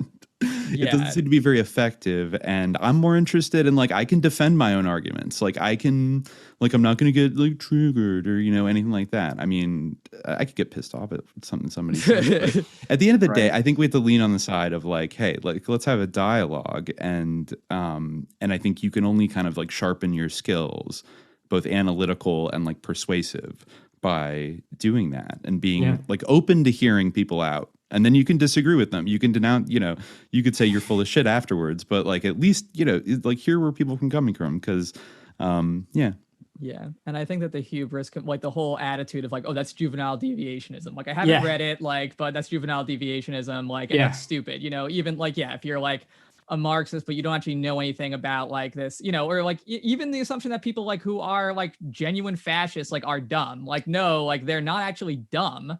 Like, that's not the problem. Like they have like sick and twisted like views, like, but it like understanding them and like how they arrived at them, like, like, you know, I don't think that there's anything to graft on from their metaphysics, which is like deeply disordered, but like it still like has a little bit of value because it's not that, you know, they're you know, ontologically like different in some way that like makes them like stupid, you know, or even, you know, Muslims and Christians, like you and I don't agree that God is triune. Doesn't mean every Christian's stupid. That's why they think that. Like, no, like there's many very intelligent Christians, you know, like the same thing with Marxists, Muslim, anybody with any, and that's the thing, like these are all metaphysical frameworks like that often have like certain commensurabilities and certain compatibilities like between them that can like dialogue in some way. The same way you can see like in Bohm the resonances with Ibn al-Arabi or Ash'ari, things like that. So and this is where Kuhn really is wrong, right? In the sense that like there are no incommensurable paradigms that have no potential for translating some of the concepts across the divides.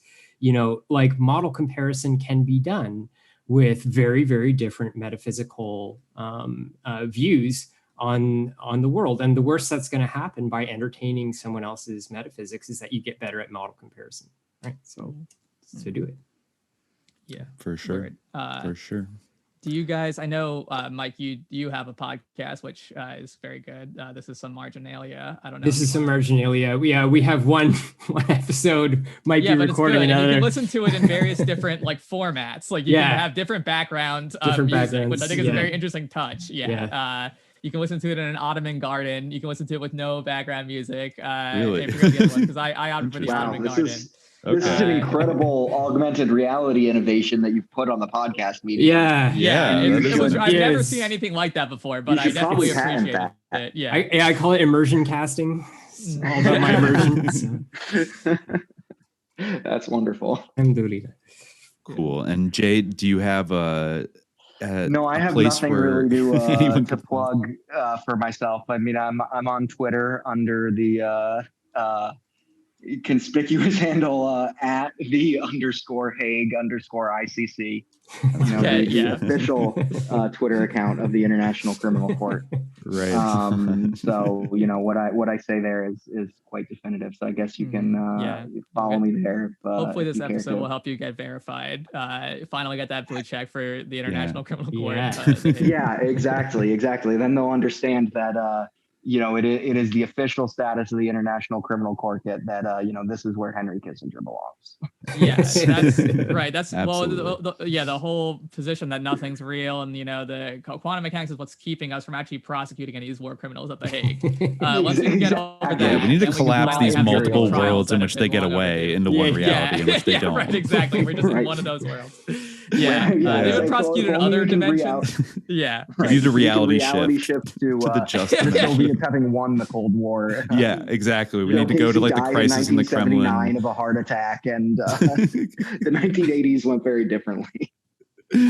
Oh, we'd love to see it. But I guess we'll leave it there. Thanks so much for coming on, guys. This is a fascinating conversation. Thanks for having us. This was great. Really, it was beautiful. You guys learned a lot today for anything like this. Yeah, absolutely. We have a resident science correspondent. Yeah, definitely.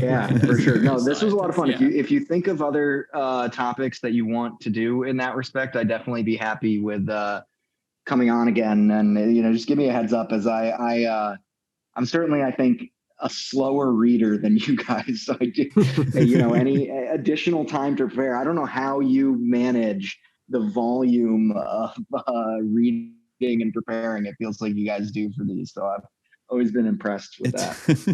It does take time. Yes, it does. But we gotta do it. Yeah, there's no way. Yeah, we felt compelled from the beginning. Yeah, it was like in our initial conception, I was like, we'll just shoot the shit, and then it's like, let's just 8 hours of reading every week. Well, ultimately, that was super determined for you before you ever even exactly. We had no choice. It was the only thing that you ever could have done. I think so. I want to ask you, Mike, too. I don't know. Are you familiar in neuroscience with the like free energy principle and Carl Friston's theories about how the brain works and things like that? Is this microtubule stuff? No. Okay, this is something else.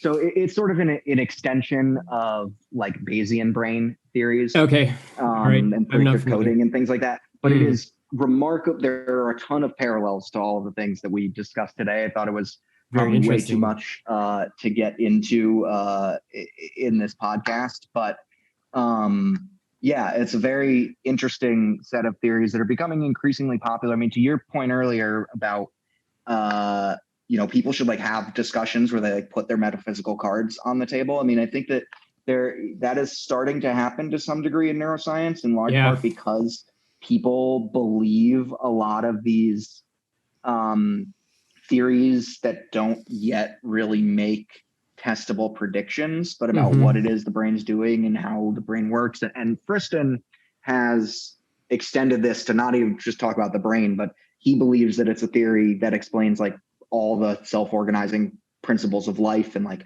why life exists and things like that. There's some very interesting papers on it, and it leads to a very similar metaphysical world from Bohm and a lot of the stuff that we discussed. So it's an interesting theory in neuroscience. I can share some papers and stuff with you guys. Yeah, I'd have to check that out. Yeah, yeah, very interesting. All right, well, we'll let you guys get out of here, but thanks again for stopping by, and until next time, dear listeners, stay vigilant. Thanks.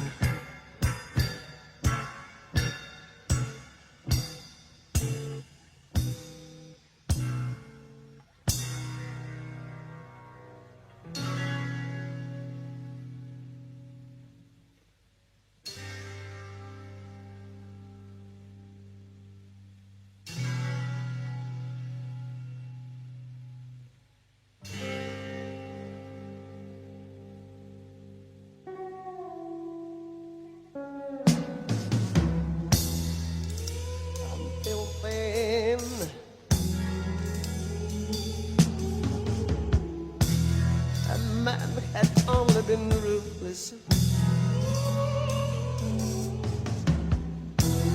to frogs and the singing ponds.